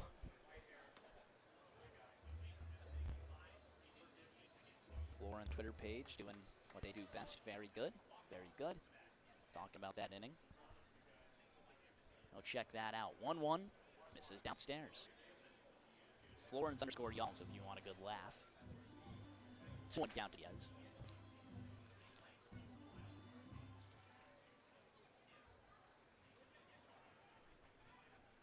Do 1 pitch.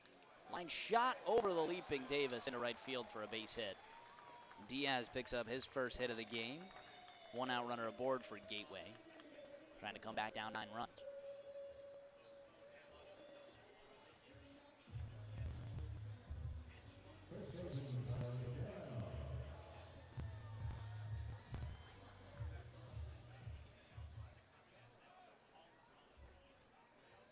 Villalobos working from stretch, third base side of the rubber. First pitch to Kyle Goodell, fouled away.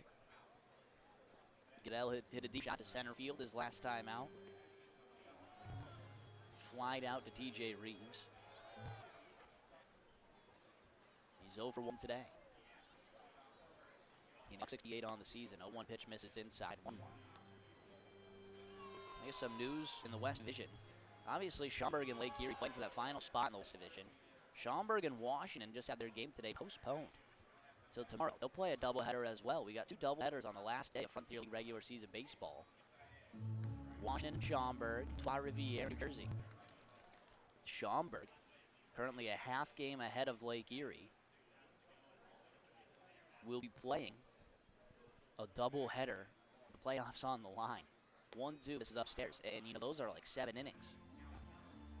So anything can happen in 7 innings. You're not going to have your full baseball to actually do what you need to do. They escaped with a win against the best team in the West, Washington, last night. We'll see how this affects them. 2-2, runs inside, a full count.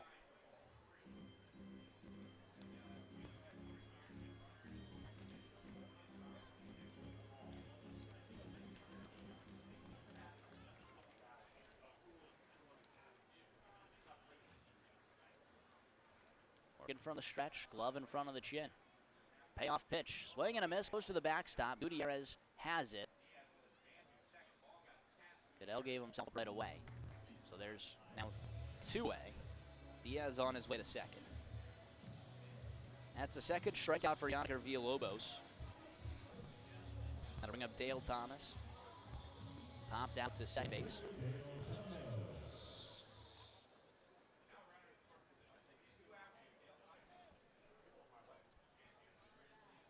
First pitch laced down towards left field. That'll drop in for a base hit, go all the way to ball. Diaz jogging in. He'll come in to score. On the way to second is Dale Thomas. An RBI double makes this a 10-2 ball game. Now 2-out runner in scoring position for Cole Brannon.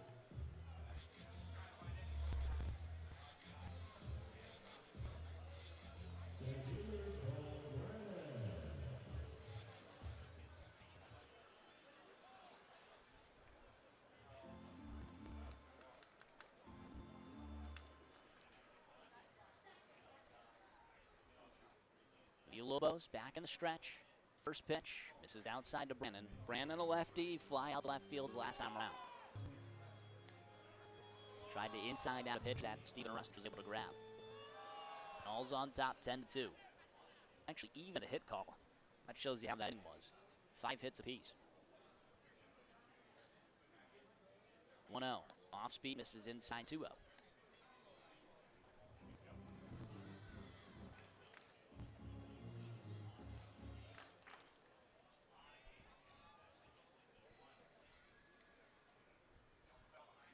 The 2-0. Size it foul. 2-1. Still an overcast day. Overcast night now. Can't really see any openings in the sky. Just a lot of clouds. Regardless of the weather, it's always a great night for y'all's baseball. 2-1. Ground ball right side and foul down the first base line. Grizzlies ballpark. Gets a good crowd here on a Saturday night.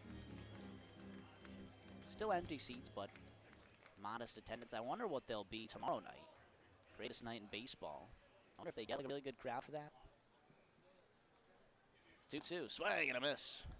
Villalobos, 2 strikeouts in the inning, his third on the day. A run comes in, but he leaves a runner out on second. We head to the top half of the 5th. Florence with a 10-2 lead here on y'all's Baseball Network.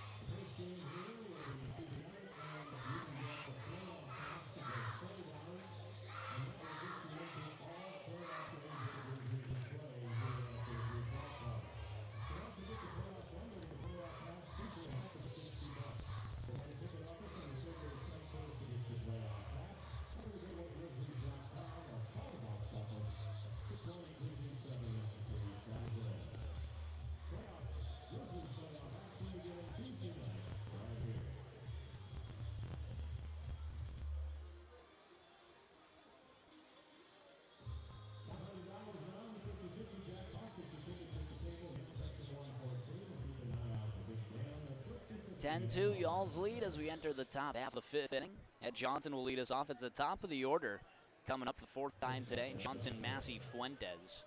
Johnson 0 for 2 with a walk and a run scored. First pitch from Collette popped out towards left field. Well hit. Castillo still makes the grab. But a hard hit ball from Ed Johnson. One pitch, one away. Craig Massey will step in. He's 0 for 2 with an RBI ground out and a walk. He scored as well in the fourth.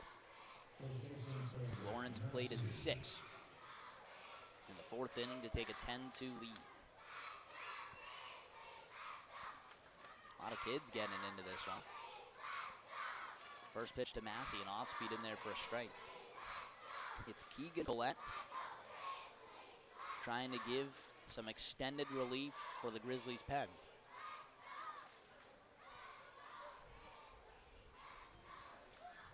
Oh, 1. Fouled away, 0-2. Had a conversation with Craig Massey before the game, talking about what he sees for himself beyond the end of this season. Obviously, he'll go back to Bells, Tennessee, and work in his athletic facility, Massey Athletics. Start coaching some teams there, helping some players through the winter. 0-2, fouled away. He says he takes every season, whether he's going to play or not, it's season by season. Right now, he's aiming towards playing in 2025 with the Florence Yalls. He really likes the crew that they've gathered up here. I think it's hard for him to leave, he said, with what's a promising future is ahead. Obviously, the number 1 offense in the league. And without Massey, average age is 24. So Massey wants to continue to be a mentor to those guys and stay along with the hopes of a ring in 2025. Struck out there, there's 2 away. It's a second strikeout for Keegan Collette. Brings up Brian Fuentes. Fuentes 0 for 2 with a walk and a run scored.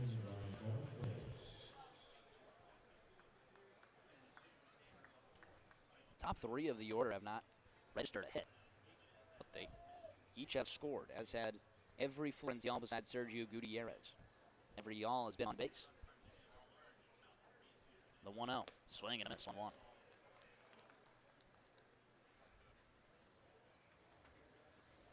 Brian Fuentes is one of those guys where he'll be in those off-season talks about trying to return.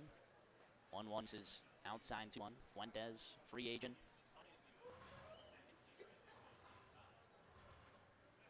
Obviously a mainstay in the Yalls 3-hole and at the hot corner. He's had a great season for Florence as well. 277 average. Now on catches the outside part of the plate. Fuentes 74 RBIs this season.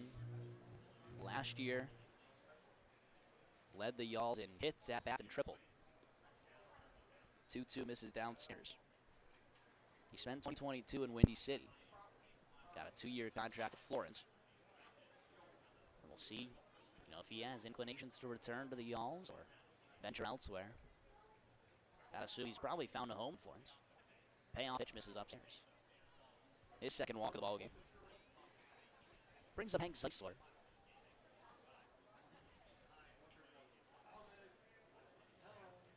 Zeisler with 2 hits today, 2-run homer and an RBI single. He scored twice as well.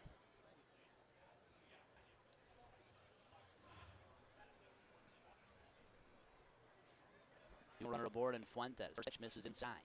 1-0. Zeisler with 2 runs scored today.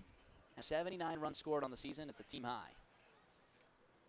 He's still in sole possession, but he's looking for 4 more runs between the end of this game and tomorrow as he chases a single season high in franchise history, 83 runs. He's got 106 hits. Still pretty far away from that record. 121 was the record. I don't think he'll get that within the next few days, but Zeisler still with a phenomenal season. 2-1 misses downstairs. Honestly, a shock he was not an outfielder of the year in the Frontier League. I think some thinks probably give TJ Rookie of the Year and Zeisler outfielder of the year. You could have 2 balls with awards. Instead, gave both to TJ Reeves. Zeisler leads league in doubles, triples. Has a 300 average.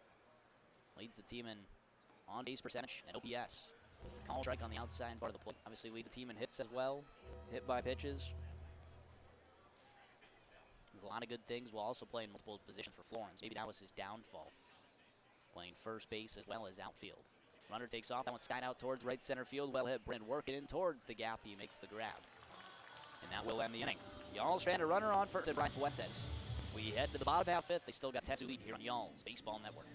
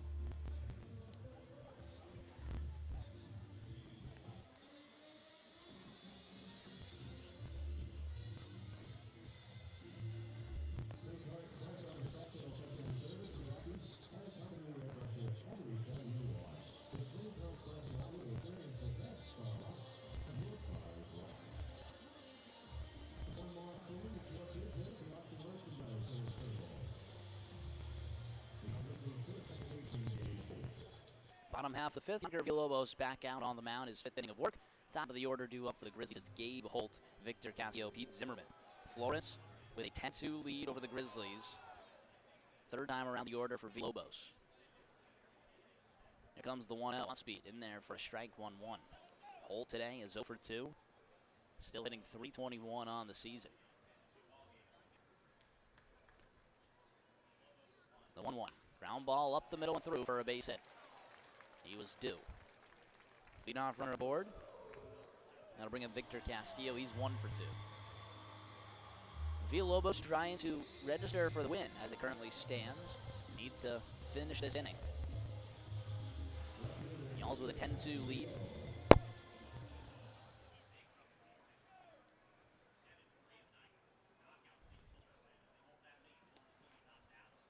They haven't blown a lead of that caliber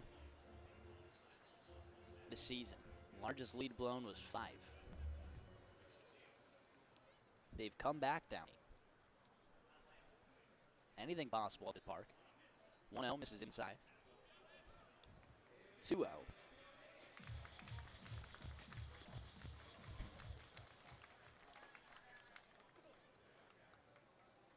Here comes the 2-0 pitch. Fastball right in there for a strike.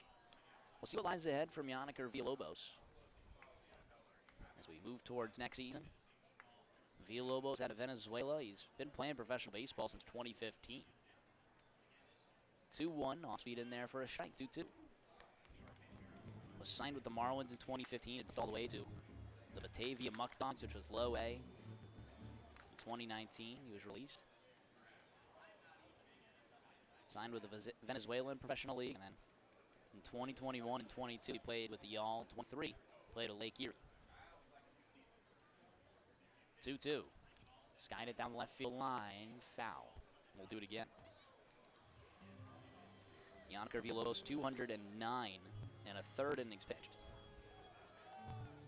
He'll actually be up there in the career highs pitching. With 105 after the inning would be 110. He'll be at 319, which I would assume is 6, so 321 is 5th. That one's skied out towards left field. Harastich has it, there's one away. So he'll actually be approaching that. He's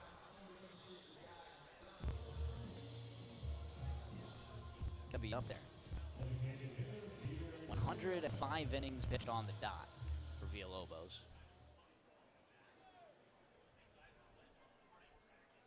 He's now pitched 4 1/3. That's at 109.1. That one's fouled away. So with 209 innings pitched in 21 and 22, currently at 218.2. Or 318.2, my apologies. 0-1 ground ball, high hopper through the left side of the infield. Everyone moves the base, runners on first and second, one away. Zimmerman, his third hit of the day. All singles. Brings up DJ Stewart, he's 0 for 2, but with an RBI groundout.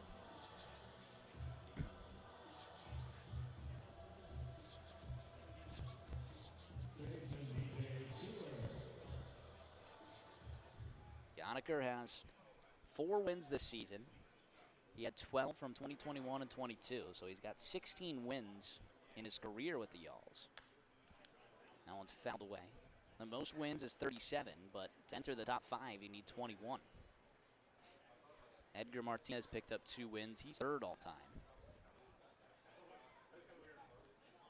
Villalobos would be right behind.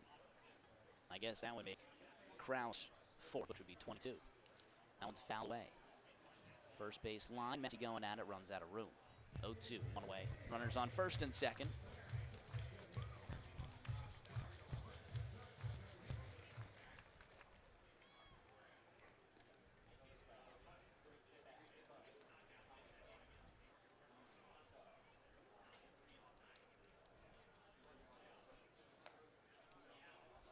That one misses outside.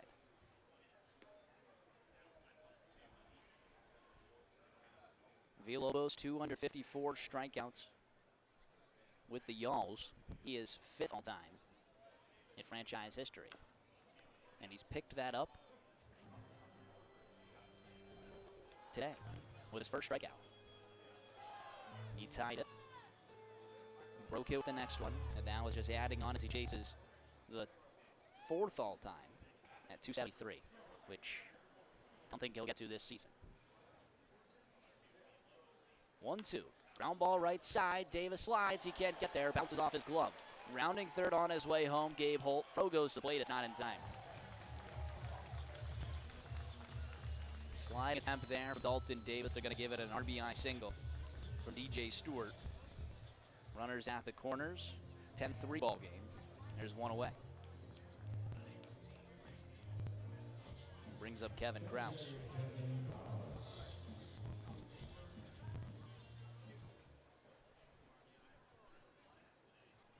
Yoniker Villalobos, a 4-8 record this season, a 12-13. 13 plus 8 would be 21.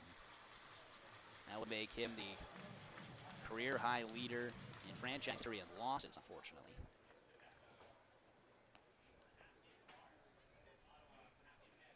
Edgar Martinez right behind him at 20. Ground ball left side. Johnson has it, only throws to first. It's in time. There's now 2 away. That brings in a run, and RBI fielder's choice. 6-3 on the putout. Now a 10-4 ball game. Run on second, 2 away for Abdiel Diaz.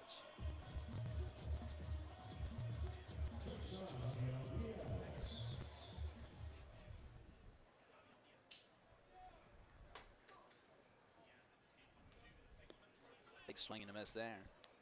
0-1 count to Diaz. Runner on second straight.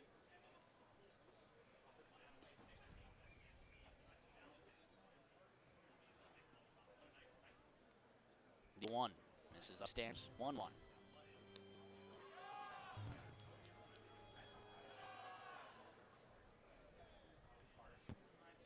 Two away. Stewart on second lead. 1-1 pitch. Ground ball up the middle. That's through. DJ Reeves has it. Stewart rounding third on his way home. Reeves cut off. RBI single from Abdiel Diaz. Watch out. It's a 10-5 ball game.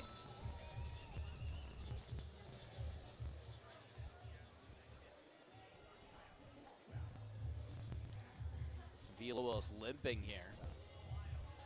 Trying to register the win. He's allowed 5 runs. Thankfully, he's been helped by 10 runs from offense. On the offense. That first pitch misses outside of Kyle Goodell. Some action now in the Yalls pen. A lot of people stretching. Here's the 1-0. This is outside 2-0.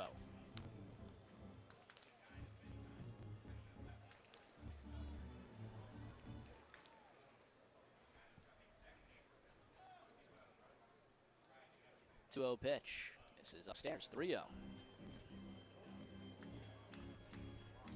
Gotta be careful.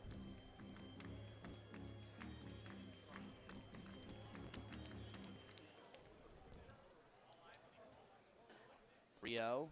In there for a strength 3-1.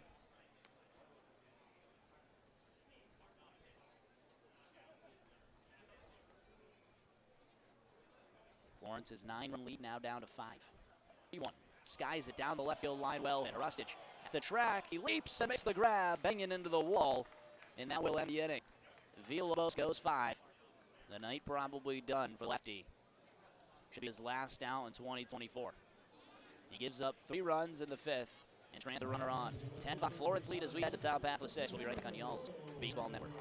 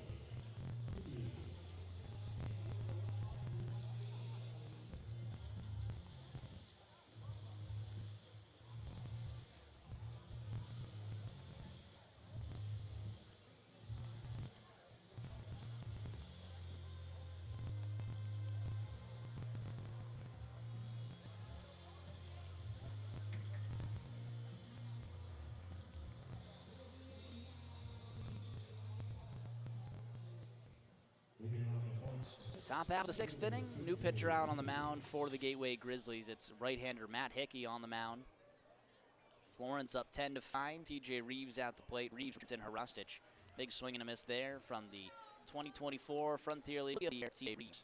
Also one outfielder of the year, so he's on the All-Frontier League team. TJ Reeves earning the honors earlier today. 0-1. Punches one back to the pitcher. Hickey has it. Lob on to first is in time. 1-3 on the putout.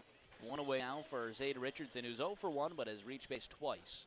Scored a run, has a hit by pitch and a walk.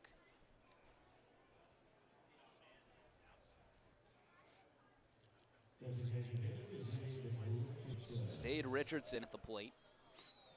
Actually, if you've been tuning into the Y'all's Instagram, apparently there is a bet between Steven Harustic and Hank Zeisler. Bet in this ball game with some pretty big consequences for loser. If Hank wins, Steven Harustic has to grow out his hair until next season. Those who have never seen Harustic without a hat, he's pretty much got a buzz cut up there. And then if Harustic wins, Hank has to shave off his luscious locks. I don't know if Hank's mom knows about the bet, but I'm sure she would not like to see Hank shave off his hair. Ground ball left side over to the third baseman. Stewart throw is in time. There's 2 away. My oh my. Good thing is, currently Hank is in the lead. Each base counts as 1 point, so a singles 1, doubles 2, triples 3, home runs 4. Both at homer tonight. Steals earn you 1 point as well. Hank is up on top 10-7 right now, but Harustic is at the plate. Lines one into center field. That'll drop in for a base hit. Make it 10-8. Wow.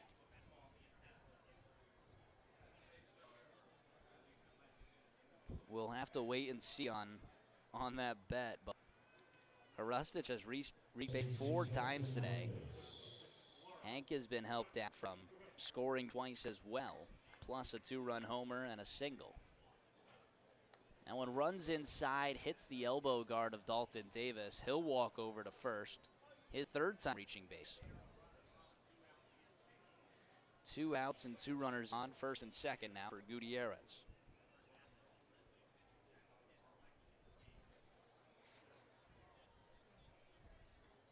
So how about that?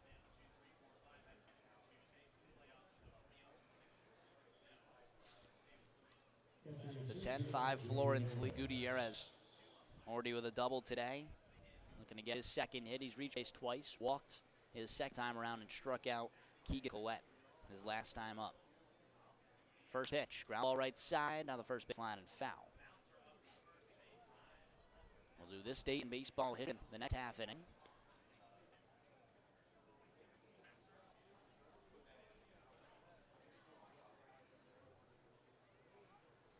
That's so fun. 0-1 to Gutierrez. Oof, catches the inside part of the plate, 0-2. Y'all's on top, 10-5. It was a 10-1 lead at one point. Some woes from Yannicker Villalobos, even though he's now qualified for the win. Made it a 10-5 game. Darian Williams getting hot in the bullpen. Will be coming in for the 6th. Gutierrez fouls it away and it's live.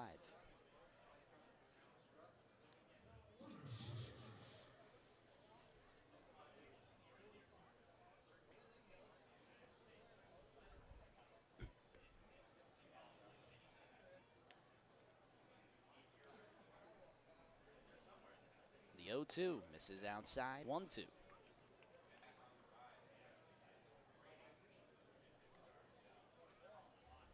Florence is being out-hit in this ball game, 9-6. But they're on top 10-5. That's courtesy of a 6-walk 4th inning. Tyler Cornett with 8 walks in his outing, plus 2 hit by pitches. Granted 10 free bases. That's not to count a bases-loaded balk, which brought in a run.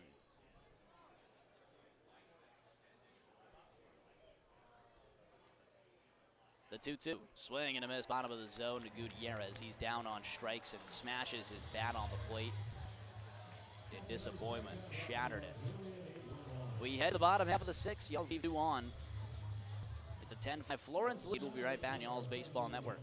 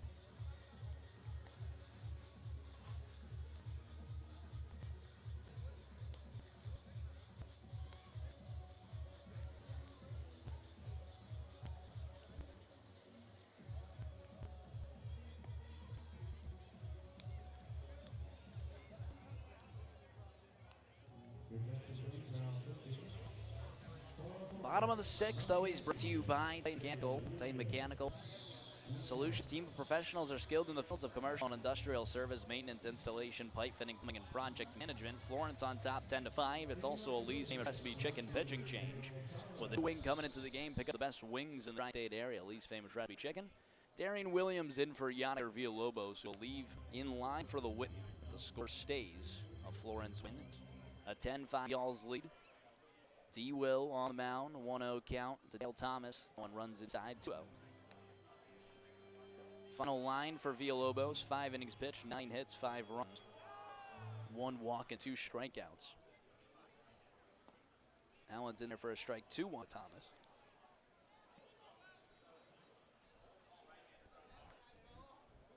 Bottom of the 6th, we also have our This Date in Baseball history. That one's fouled away. Where we go back across all of MLB history and talk about things that happened on this date, August 31st. So if you're ready to hop in the time machine, buckle up, because here we go.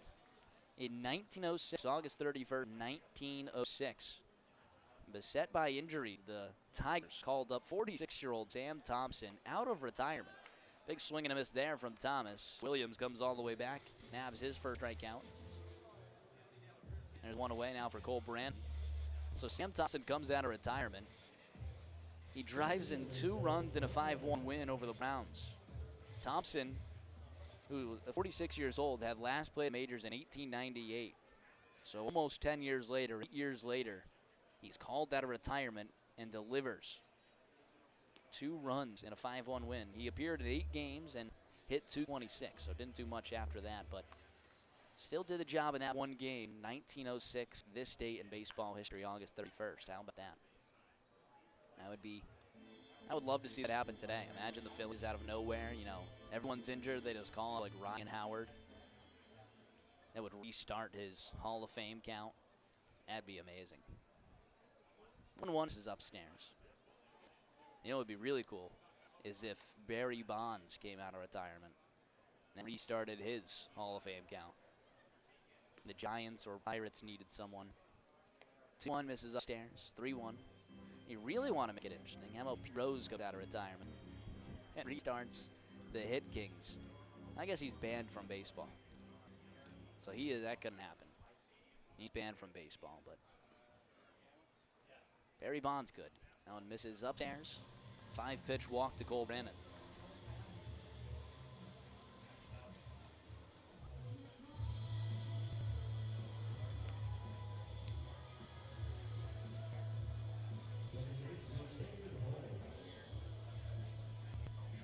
Runner on first, top of the order, Gabe Holt at plate.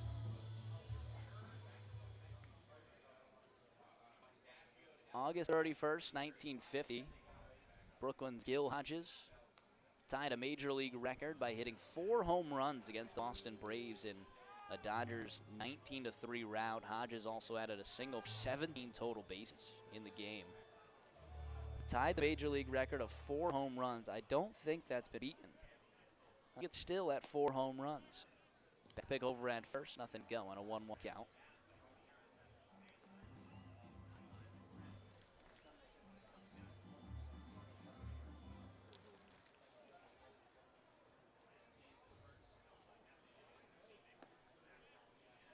That one misses outside. On August 31st, 1959, Sandy Koufax, one of the greatest pitchers of all time, breaks Dizzy Dean's National League mark and tied Bob Feller's Major League record of 18 strikeouts in a game against the Giants as 82,974 fans watch. Imagine that, 82,000 in attendance watch that. My gosh. Total 31 strikeouts for 2 consecutive games to set a new Major League record. The Major League record now for strikeouts a game is shared by Roger Clemens and Gary Wood. And Wood holds the record with 33 strikeouts over 2 consecutive games. That's another walk, runners on first and second, with 1 away for Victor Castillo. Second walk from Darian Williams. So how about all that? I'm just shocked by 82,974 fans. I mean, that's amazing. You don't get anywhere near that nowadays. Those stadiums back then used to just be massive. And obviously packed a lot more people. First pitch to the lefty, misses upstairs, 1 out.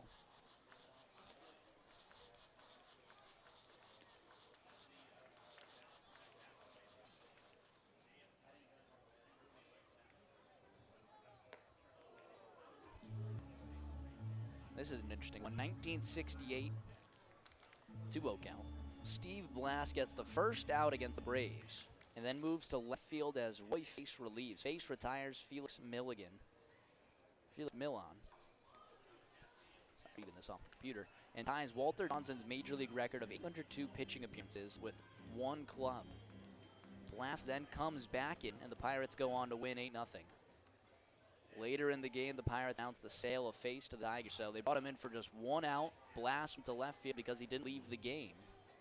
He was able to come back in, and they did so Face could eclipse the Major League record of 102 pitching appearances with the Pirates. That happened on this date in 1968. Meanwhile, in this game, it's a 3-1 count with 1 away and runners on first and second. 3-1 pitch, roped down first base line, fair ball, all the way into the corner. 1 run comes in. Stomping over in third is Gabe Holt. Sliding into second is Victor Castillo with an RBI double. Watch out, folks. This is a 10-6 ball game. This is not over by any means. For some odd feeling, I knew that Gateway would climb back here.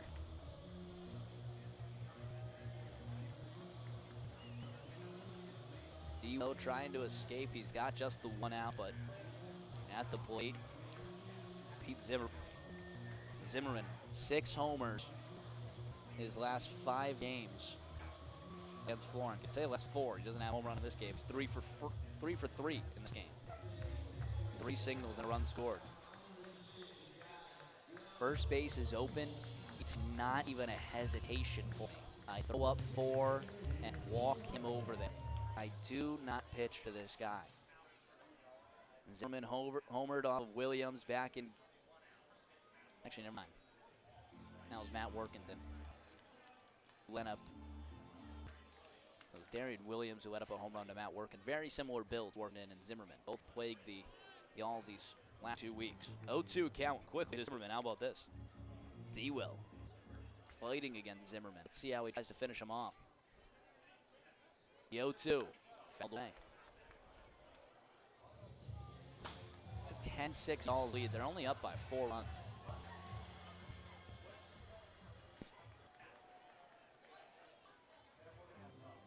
I think Zimmerman's saying he broke his bat on that. He's going to go get a new piece of lumber.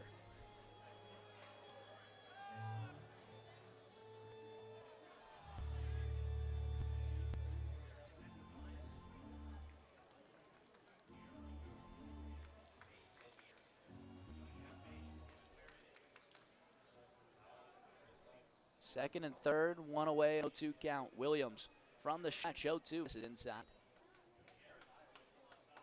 It could be a 2-run ball game. It could be a 3, or it could be a 1-run ball game. Just 1 swing of the bat from Zimmerman. 1-2. Swing and a miss. D-Will gets him. That's some big high pitching from Darian Williams. First time Zimmerman's been retired today. The second strikeout of the inning from Darian. Now you got to focus up against DJ Stewart.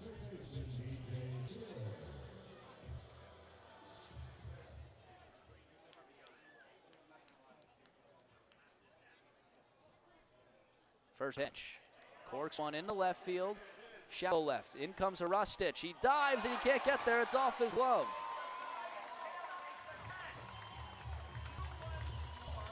Two-run single. 10-8 ball game.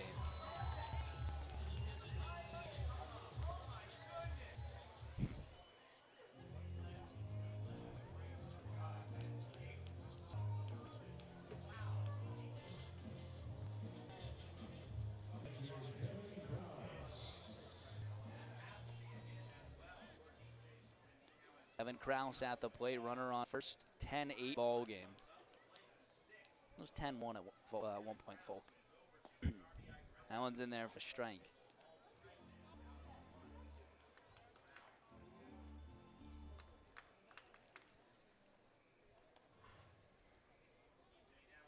Oh, 1. Right in there, but not called a strike. 1-1.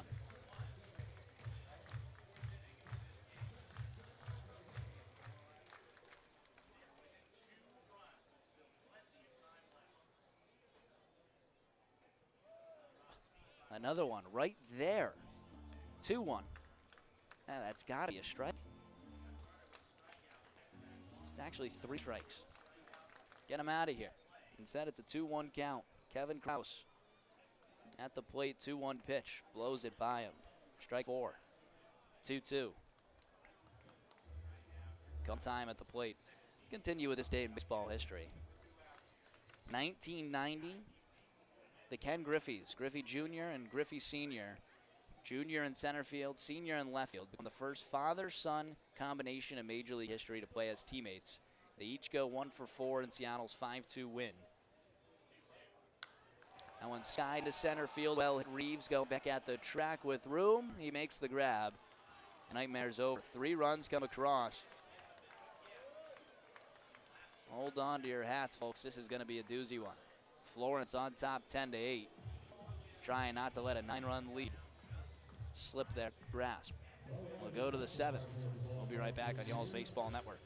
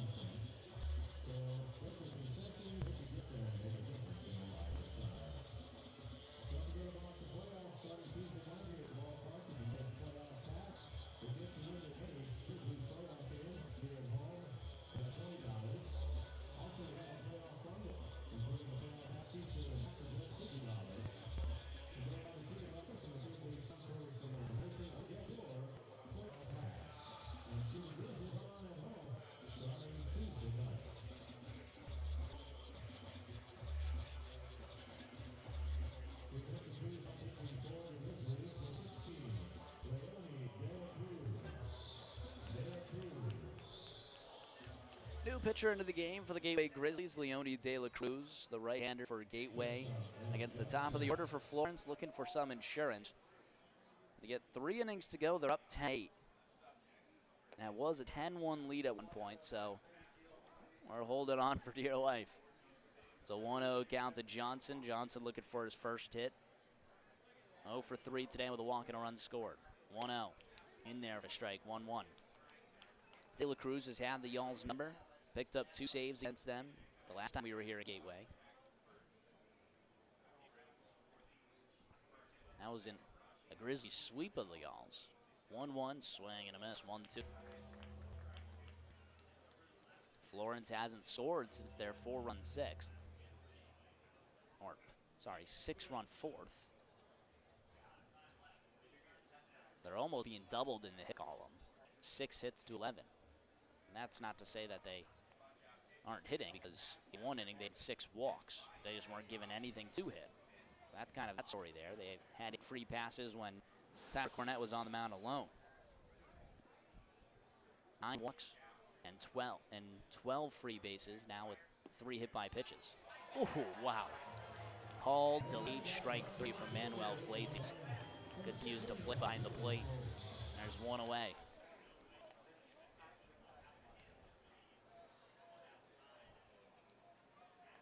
Craig Massey comes up to the plate. He's 0 for 3. Has struck out twice today. I mean, Flates, that was just 3 seconds late. First pitch, a swing and miss on the slider. It's a lefty-lefty battle here. Massey, as we've said all season, is just a different animal against lefty pitching. He just mashes righties.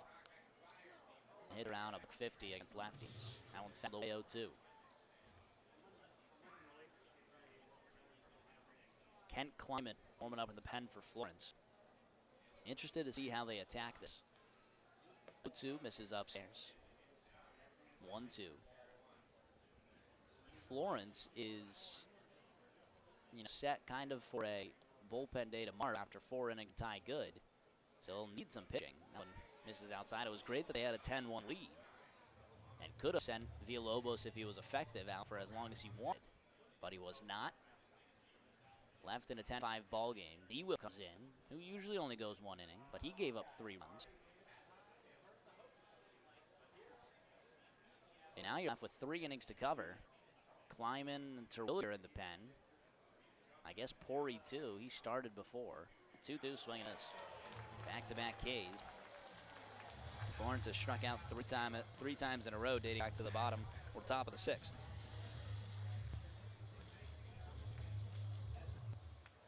The top 3 of the order still does not have a hit. Brings up Ryan Fuentes, trying to take advantage of that. Trying to right that ship.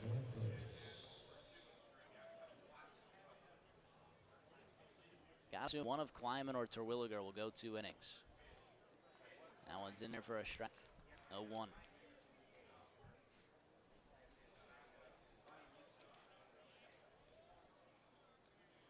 The 0-1 pitch fouled away. 0-2.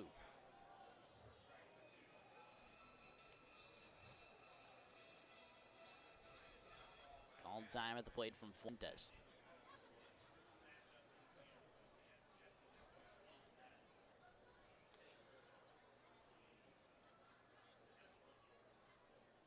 Oh, 2. Fouled away. We'll do it again.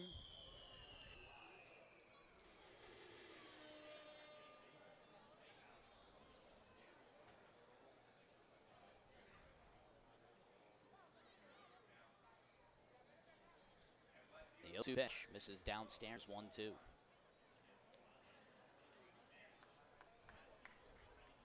Very interested to see how Florence attacks this. They need some insurance, really. And you wouldn't have thought that in the 4th when they were up 10-1. Swing and a miss. Taylor Drew strikes out the side. We'll go to stretch time as we get to the bottom of the 7th. It's a 10-8 Florence lead. Trying to hang on. Ken Kleiman comes into the ballgame. We'll be right back on y'all's Baseball Network.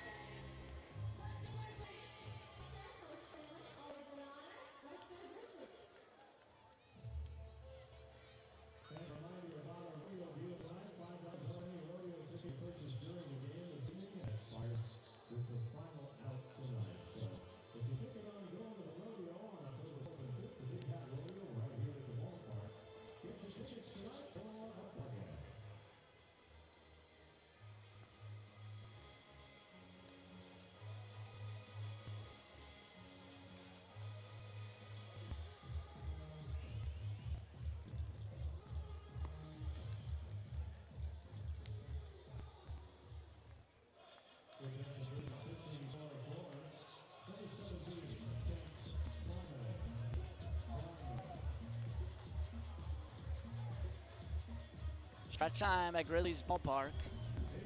Always brought to you by Beacon Orthopedics. Beacon, one of the largest and fastest growing orthopedic practices in the Cincinnati. It's a wonder they're the official healthcare provider of the Florence Yalls. And Kleiman on the mound. That's Lee's famous recipe chicken pitching change with the new wing coming into the game. Pick up best wings in the tri-state area. Lee's famous recipe chicken. Lee's always fresh, never frozen. 1-0 to Abdiel Diaz. 2 for 3 today. Scored a run and brought in an RBI. 1-0. Mid is at the bottom of the zone. 2-0. 10-8 Florence lead. It's been 7 unanswered from the Gateway offense, who's almost doubled Florence's hits. 2-0. In there for a strike 2-1. Darian Williams came into the ballgame and pitched 2 hits, 3 runs, 2 walks, and 2 strikeouts. Might be the final appearance in 2024 for D-Will. 2-1, misses inside.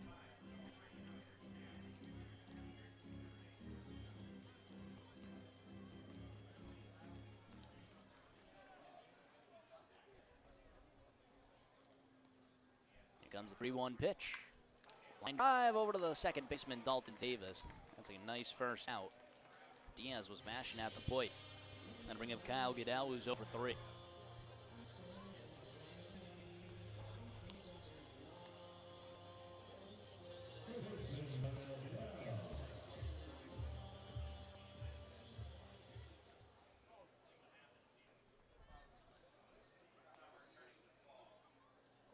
The lefty, Kleiman's first pitch, misses inside with a fastball. 1-0.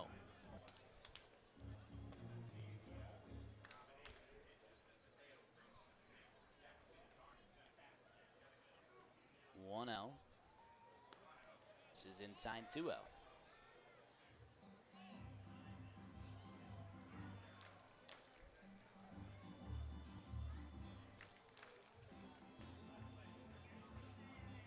Kleiman might be tasked with multiple innings.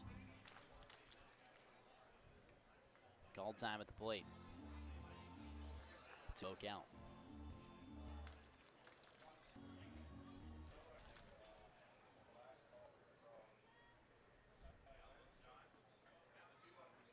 Two-0 pitch, swing and a miss on the off-speed, 2-1. What about that from Kleiman? Just trusting your off-speed that much on 2-0. You need a strike, throws it in there, and that's it. That's awesome.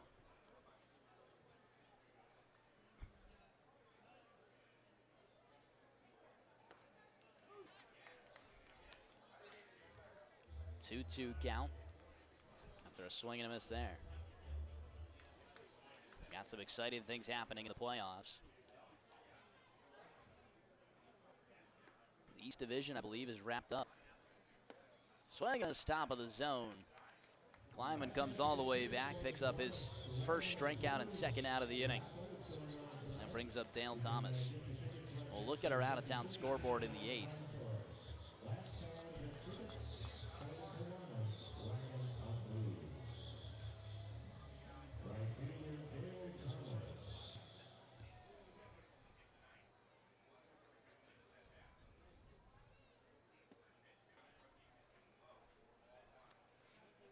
Count.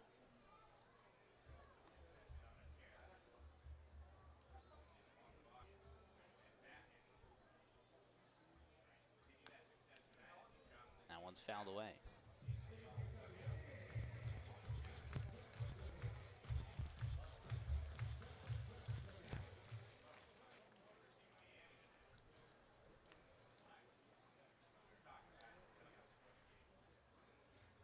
The 1-1 pitch.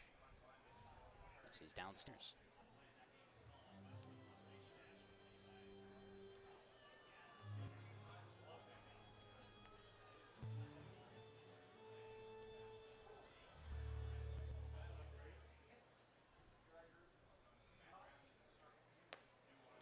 Two one misses upstairs. 3-1.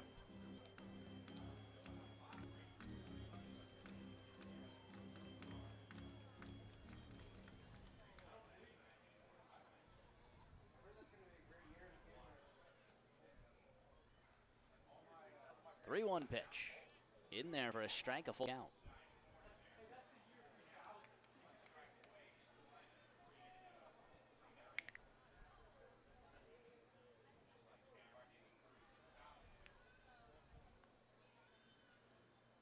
Here comes the payoff pitch. Misses outside. Wow. Gutierrez thought it was strike 3.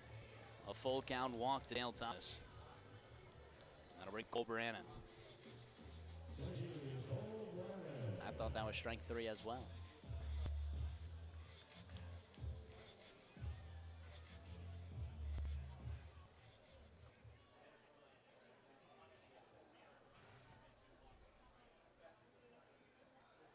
Here comes the first pitch, misses inside. 1-0.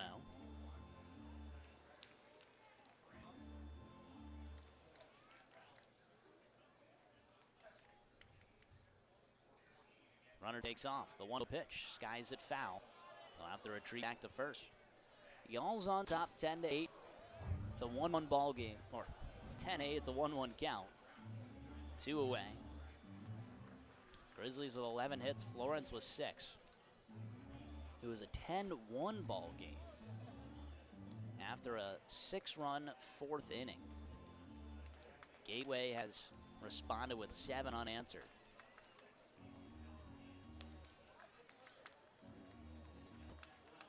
Kent Kleiman keeps throwing away these baseballs.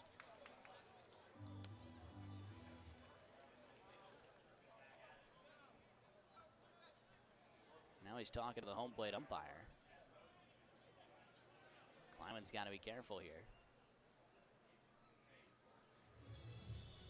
Guess he didn't like the way some of those baseballs were. Chadwell gonna go speak to his wing on the mound. I don't know if he meant to go have a meeting there.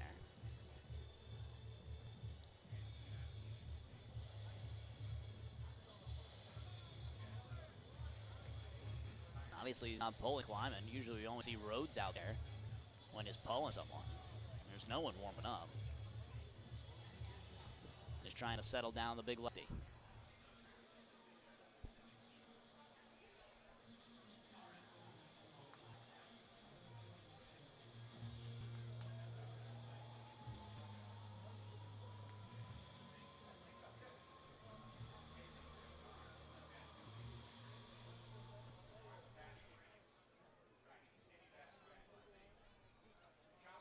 One count to the lefty, Cole Brannon.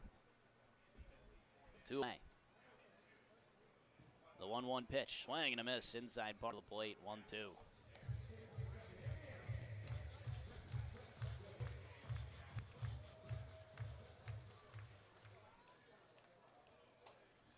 From the stretch. Runner takes off, the 1-2 pitch bounces in the dirt. No throw and no one covering, technically not a stolen base. Defensive indifference.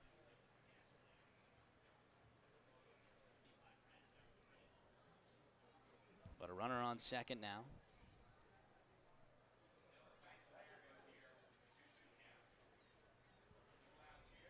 2-2 pitch. Bounces in the dirt, gets away from Gutierrez for a little. No movement on the base path. It's a full count.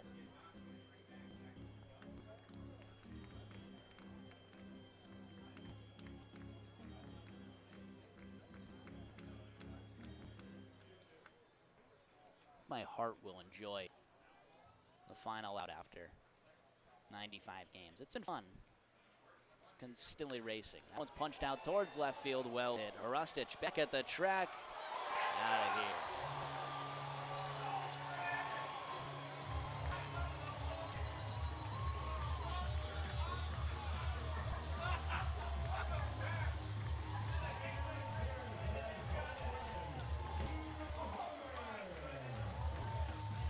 Talk about my heart racing.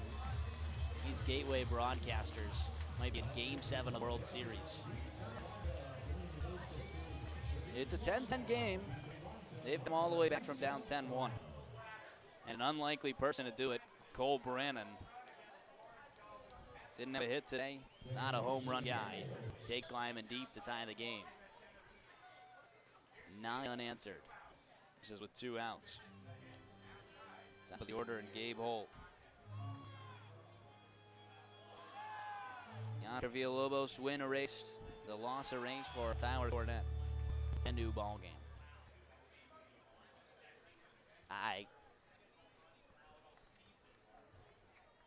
You really don't know what to say. I'm more interested in the fact that this is like a screaming match. Their fates are decided. This game means nothing. Welcome to baseball. It's now 10-10 game. That one's punched out. Johnson leaps but can't get there. The inning continues. 13th of the day for Gateway. Runner on first with 2 away. And when I'm talking about this is a meaningless game, I'm talking about the Gateway broadcasters. Screaming at the top of their lungs. They can save that for their playoff matchup. This game, it doesn't help them at all.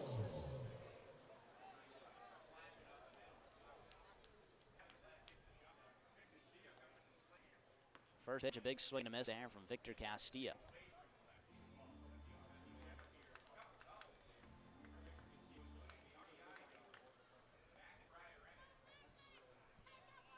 No 1 misses downstairs. 1-1.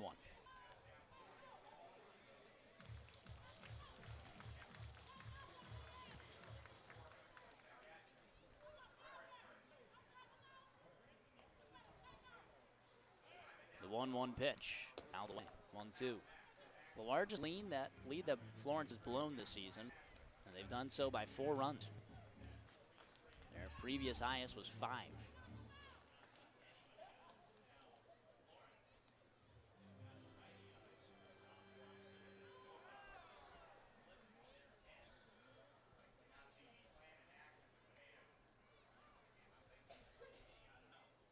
The 1-2 pitch misses outside. 2-2. All of this while Gateway had a position player warming up the bullpen, guys. A position player. They were ready to concede ball game and bring in Edwin Mateo. He's now sat down. 2-2. Misses downstairs.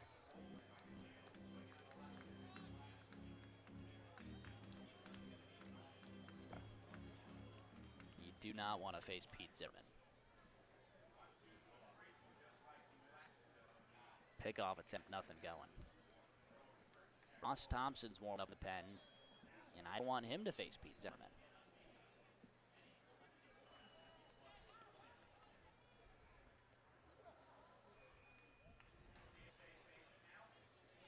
Payoff pitch, fouled away. We do it again. Just an ugly game by both teams.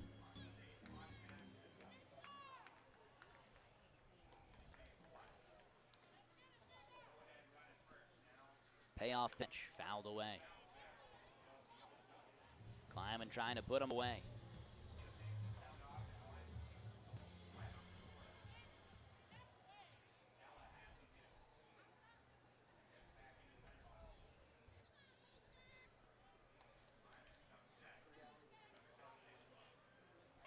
Payoff pitch again, swing and a miss. Climbing, gets out it. 2 runs come across. Brand new ball game, 10-10.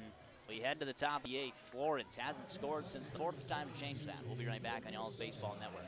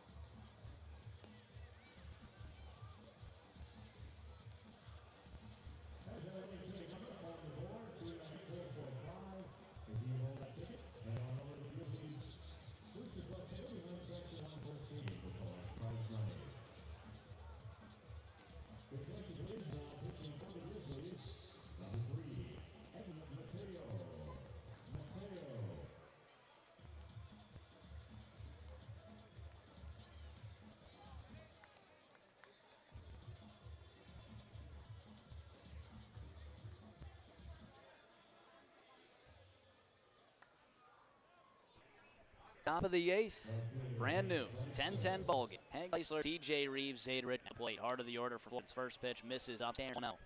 This was a 10-1 Y'all's lead. Let 9 answers come across for Gateway. Now it's 10-10. It's the largest lead they've blown all season, and you have to wash it. Don't even think about it. It's 0-0 here in the 8th. 1-1 count. Misses outside 2-1. Geisler today. A 2-run homer and an RBI single. He's 2 for 4 with 4 RBIs. Fouls that one away. 2-2. The new pitcher on the mound is Edwin Mateo. This is a position player on the mound. a lefty position player on the mound for Gateway.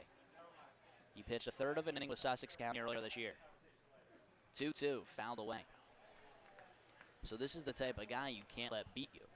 They essentially concede the ball game. That is what bringing a position player does. You concede it. Florence need to take advantage. They have to. 2-2, misses outside, a full count. And again, I say have to, technically they don't. The game doesn't matter anymore in the season. You just want to win. So it's not like the world crumbles if they don't. Payoff pitch, misses outside. Full count walk to Hank Zeisler. Go ahead, runner on first. Back to the basics, folks. You get your runner on. Unfortunately, you're going through murderer's row here with Reeves, Richardson, and Hrustic. Guys that you just let swing freely. Except no need to play small ball, especially once you're, already out of play. Just go have fun. TJ Reeves tried for his first hit today. One misses inside, 1-0. I mean, the amount of power in Reeves, Richardson, and Hrustic is unfathomable. 1-0. Check swing goes all the way around 1-1. Reeves is 0 for 3 with a walk and a run scored.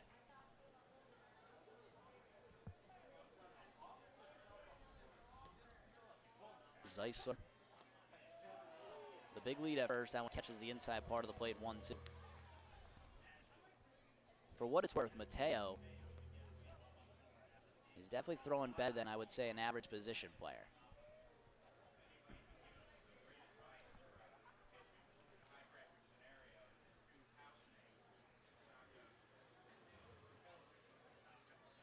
Here comes the 1-2. Down ball, right back to the second baseman hole. Flip the second one, relay to first. Bases clearing, double play.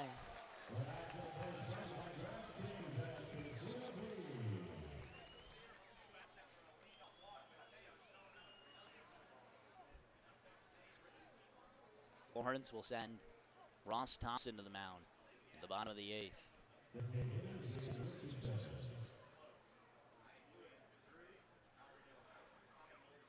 First pitch. This is inside 1-0. Richardson trying to play the hero.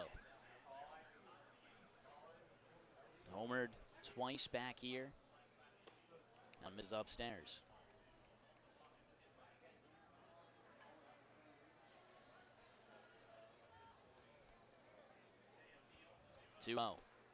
Misses upstairs 3-0.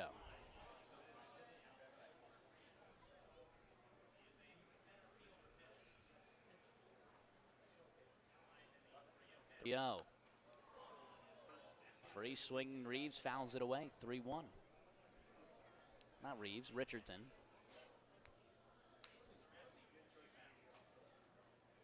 Like I said, he's always had the green light all season. Here's a 3-1. Fouls it away down the first base line, out of play, a full count.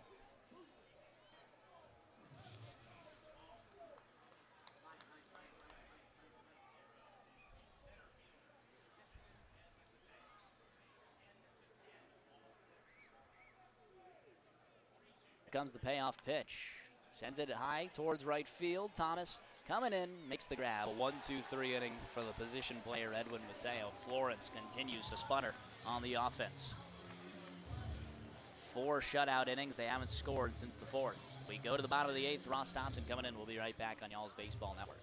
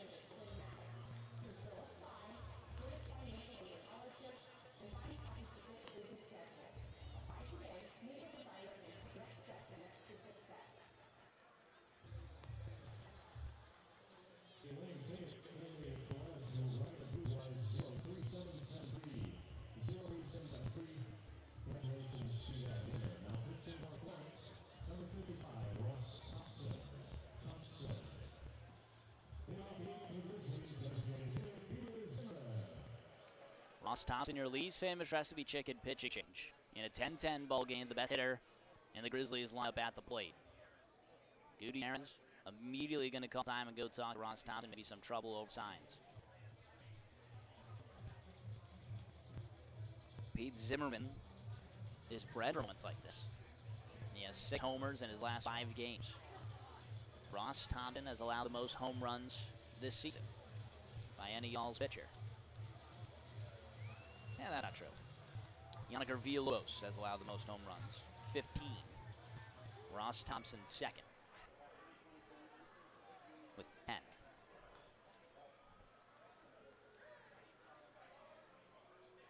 Here comes the first pitch to Zimmerman, fouls it away.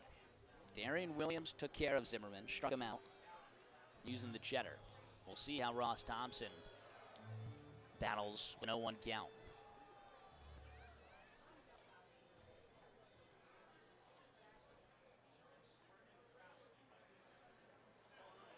Oh, 1. Pitch clock violation, 1-1.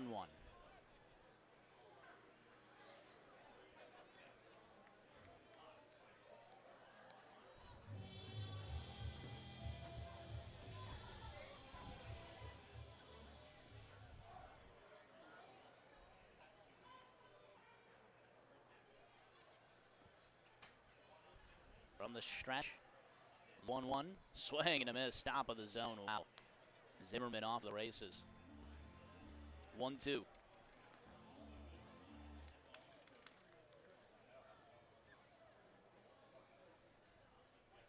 Here comes the 1-2 pitch. Slider misses outside. 2-2 count.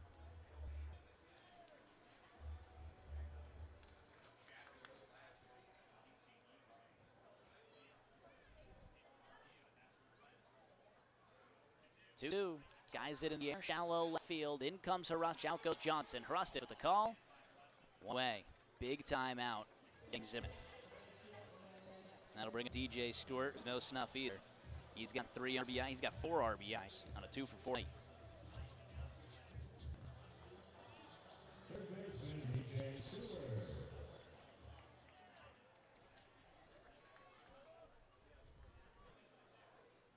Broken bat sends one into shallow left field. In for a base hit. Winning run on first. Or the go-ahead run. That'll bring up Kevin Krause. 0 for 3 with an RBI and a walk.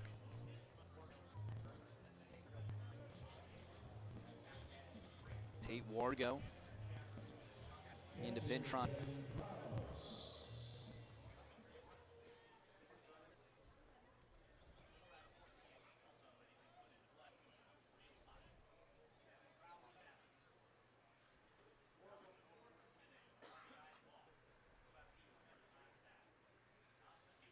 First pitch, off speed in there for a strike. We can take a look at our town scoreboard, always brought to you by Maximum Plumbing. When you need residential plumbing repairs and relations, Maximum Plumbing brings the high standards and top-notch customer service. I was mentioning how some big things in the playoff stands for both East and West Division. Pickoff attempt, nothing going, but had Wargo leading. So Schaumburg and Washington had their game postponed for a doubleheader tomorrow. A win for Lake Erie should put that at 51-4-3. Runner off, hit in there first throw down, 9 trips into center field. Wardo stands up, but will stay.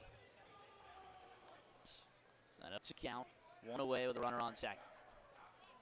Solo base there for T. Wardo. And 0-2 to Krause, worry about the guy at the plate. Lake Erie ties Schaumburg the win. They're both at 51 and 43. Lake Erie has 1 to play, Schaumburg has 2. The 0-2. Ground ball hard, hit left side, through face hits. Eisler hat, throw goes to the plate, it's a good one. Tag applied, in time! Rust claims another victim. What is going on out on second? Krause was caught between second, third, and that ends the inning. Oh my! Steven Harusich nabbed a runner at the plate, and Kevin Krause thought the inning was over. He was jogging off of second base and caught in between second and third. Oh my, what an end to the inning. No runs come across, and we head to the top of the 9th. We'll be right back here on Y'all's Baseball Network. My, oh my.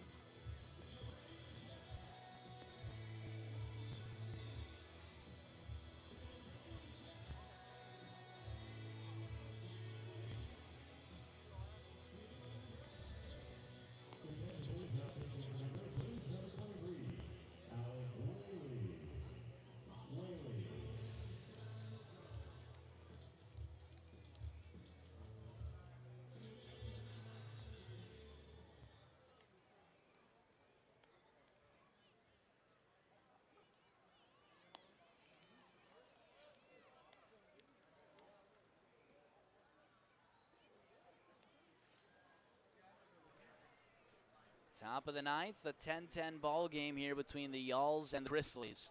I mean, this game's had everything. A 6:30 start. We're now 3 hours into this game. Steven Hrustich, Dalton Davis, and Sergio Gutierrez will come to the plate. Hrustich fouls that first pitch back. Hrustich, the hero of last inning, his bullet to the plate saved the go-ahead run. Kevin Krause also saved the inning by running off of second, and he was able to get a double play there. 0-1, big swing and a miss. 0-2, the new pitcher on the mound is Alec Whaley. They'll go back to a regular pitcher after a shutout inning from Edwin Mateo. Florence has not scored since the fourth against Tyler Cornett. 0-2, broken bat over to the third baseman, Stewart. Throw on to first is in time. That is not Stewart over at third.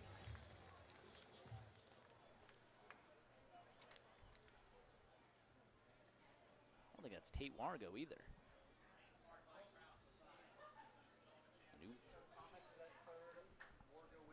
There you go. So that's Dale Thomas over at third, and Tate Wargo is in right. One away, 0-1 count to Dalton Davis. Davis has reached base 3 times today. Florence has not done anything against this Grizzlies pitching staff. Their last hit came in the 6th. That was Hrustich. They haven't scored since the 4th. It has been 5 different pitchers. 6 including Cornett, but 5 out of the pen from Gateway. That one's roped into left center field, well hit. Castillo going back, he's gonna watch it bounce off the wall. Davis on his way to second, motoring. Throw goes in, it's not in time. Davis overslid the base, but got his foot back in. A 1-out double with a runner in scoring position now for Sergio Gutierrez. Second hit of the day for Dalton Davis. He does the job to put a runner in scoring position. Now it's up to Sergio Gutierrez and Ed Johnson to get in the go-ahead run before we give away to Better Wigger in the pen, who's currently warming up. Your blueprint's out there. You got 2 chances for it.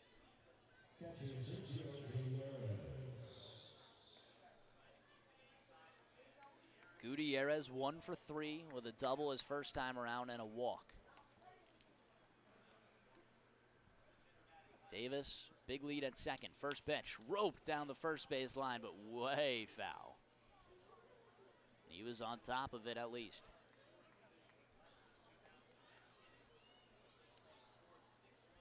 Straight up defense for the Grizzlies.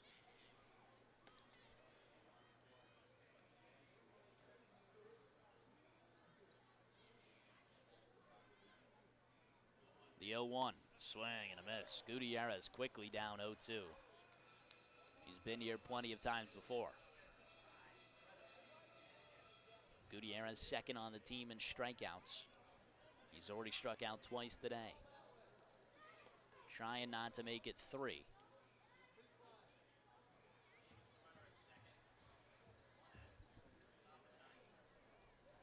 Whaley, first base side of the rubber, closed off stance from the stretch. The 0-2 misses outside, 1-2. Ed Johnson will have his 6th plate appearance awaiting on deck. He's 0 for 4 with a walk and a run scored.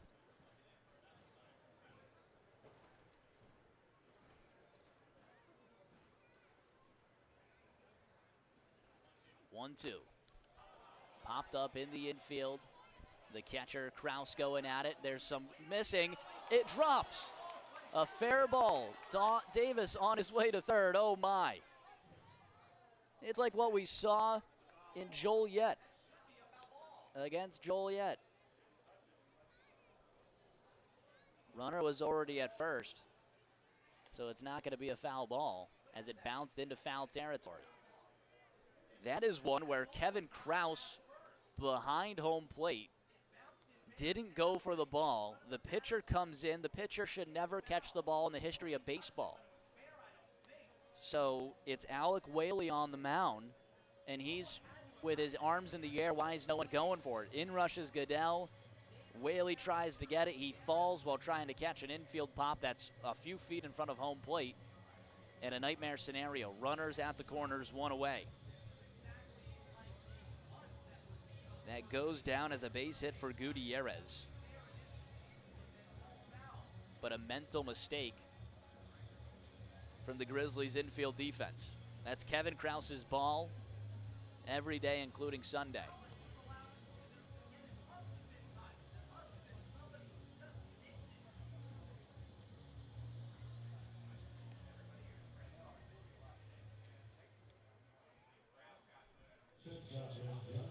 I think it's a fair ball because he was already on first.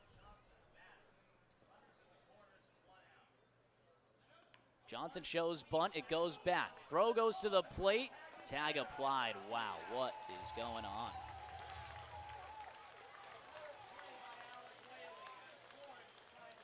A safety squeeze? We haven't seen a safety squeeze all season. We do so in game 94, and the go-ahead run at the plate is tagged out. I'd be losing my mind if this was for the playoffs.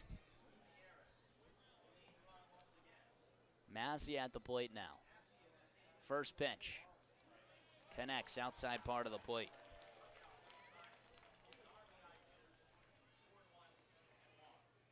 Runners on first and second, 2 away. That's a glove flip to stop the tying run. This is madness. Just bad baseball all the way around from both teams. 0-1, ground ball right side.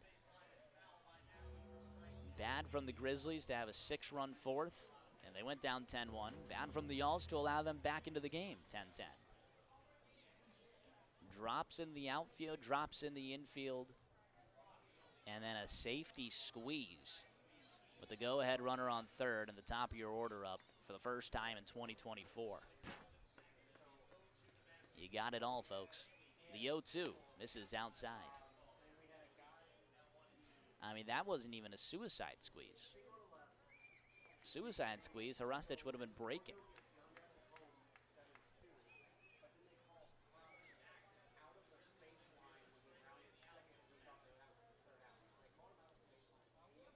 Runner takes off from second to third. That one skied out towards shallow left field. Rushing in, Castillo. Diaz makes the grab. That ends the inning. Florence squanders a chance. My, oh my. We go to the bottom of the ninth. Ross Thompson coming out. We'll be back here on Y'all's Baseball Network.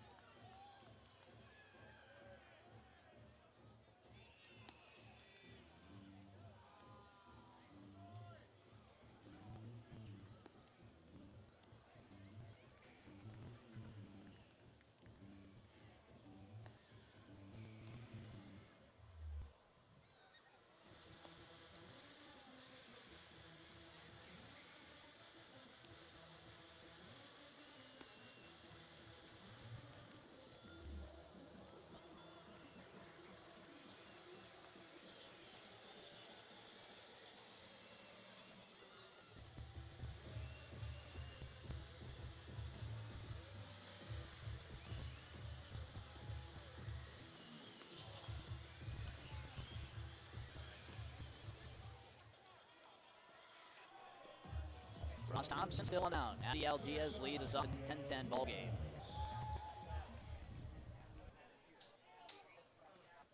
I hope none of the listeners have a heart condition because this one's on the Raiders. First pitch roped down the first baseline in fair territory. Diaz on his way to second. Sussler picks it up, throw not in time. Lead off double. Runner in scoring position, not good. Florence. Goodell will step up to the plate. Florence has been walked off once this season. Shockingly, it was New Jersey. Similarly, they both have initials. That should not be professional baseball fields. Hinchcliffe Stadium and Grizzlies Ballpark. First pitch to Goodell. Misses inside well.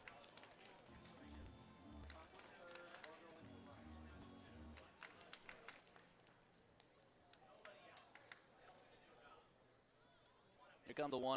Off speed in there for a strike 1-1.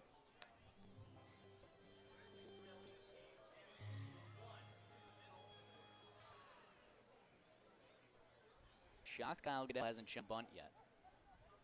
1-1. Ground ball left side foul. Bottom of the order due up here.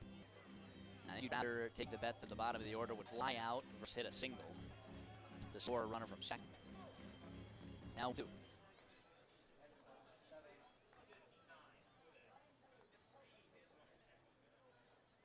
This is outside 2-2.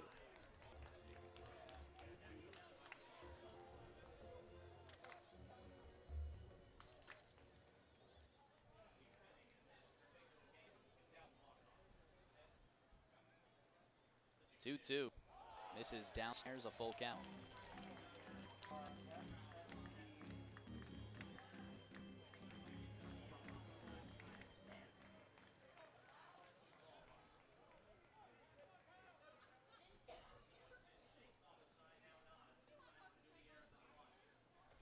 Payoff pitch. This is downstairs. Ball 4, runners first and second. It was not the plan, but it's not the worst thing. Double play ball now in effect.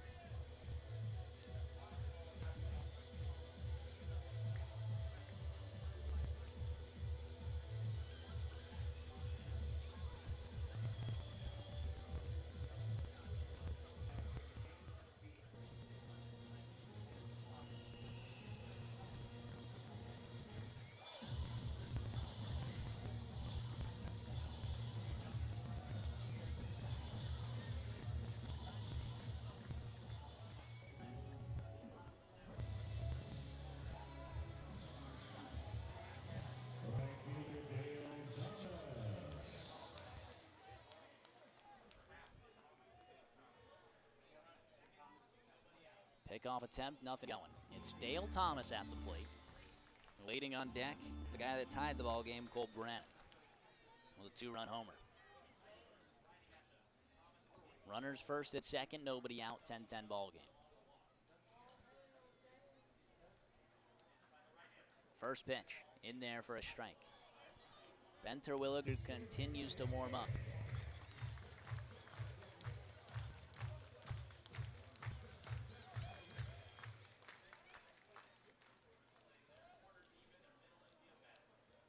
The 0-1 shows bunt, gets it down. Thompson has it. Throw goes to third. My, oh my. Brian Fuentes was coming in. He wasn't even at third when Thompson threw it. This is not good. Oh my gosh. Gateway has 17 hits to Florence's 8.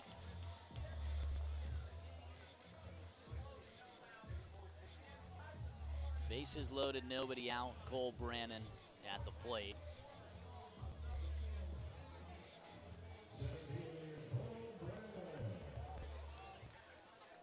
Florence in danger of being walked off here. They were up 10-1 at one point. It's 10-10. First pitch in there for a strike.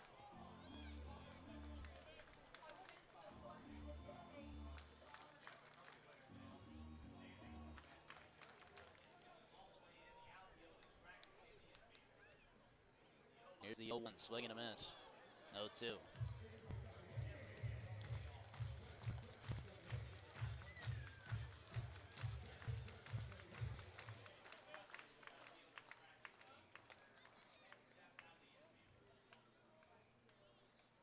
The 0-2. Called strike 3. Cole Brannon sit him down. 2-12. Tied the ball game, but puts him down on 3 pitches. Ross Thompson gets his first down.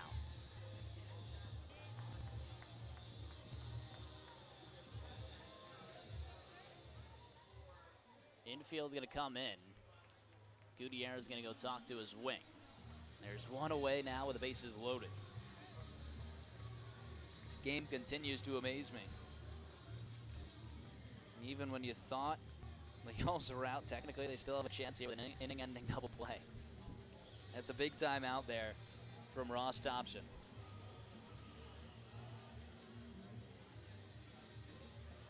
First strikeout from Ross Thompson.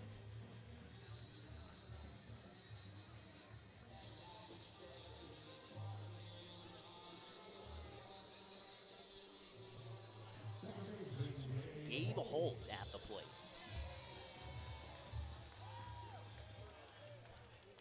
Holt today has reached his last 3 plate appearances. 1 for 3 with 2 walks and 2 runs scored. Choked way up on the bat. First pitch fouled away. Choked an inch up on the bat. Gabe Holt is a guy who is just going to get you contact. Florence will do the infield in. Even with a double play ball that could get you out of the inning, the infield comes in. 0-1. This is inside. I guess they're saying that Gabe Holt probably would beat out any double play. 1-1. It's the bottom of the 9th in a 10-10 ball game.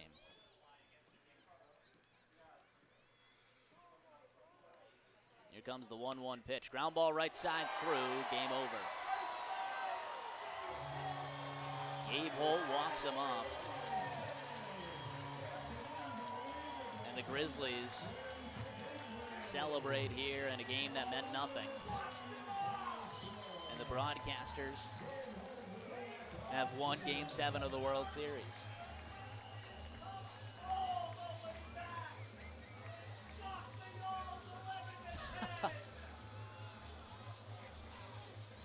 My God. Grizzlies are like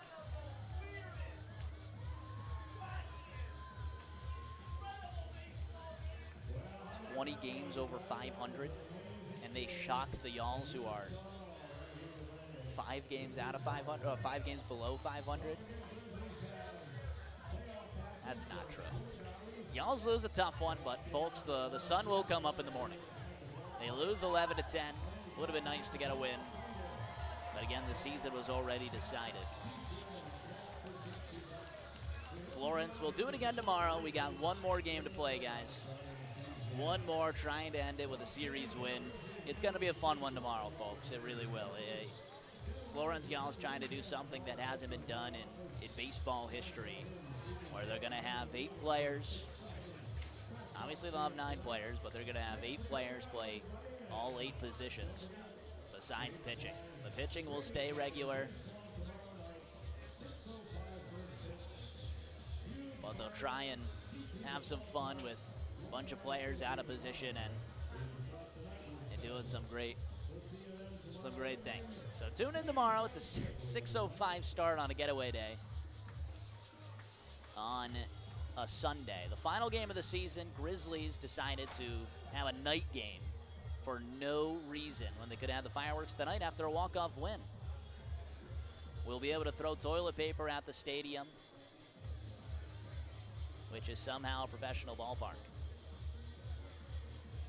But we will be back. I appreciate you guys tuning in. I'm sorry that it was a tough loss. Florence falls 11-10. Whether it's the Yalls Baseball Network, it's Flow Baseball, or the YouTube audio stream, we appreciate you guys tuning in. I know it was a gut-wrenching one today. You guys can exhale. Like I said, the sun will shine tomorrow. We'll be back tomorrow, 6:05 Central, 7:05 Eastern, for the final game of the 2024 season. I appreciate you guys tuning in. I'll catch you next time. Signing off from Grizzlies Ballpark. Y'all, have a good night.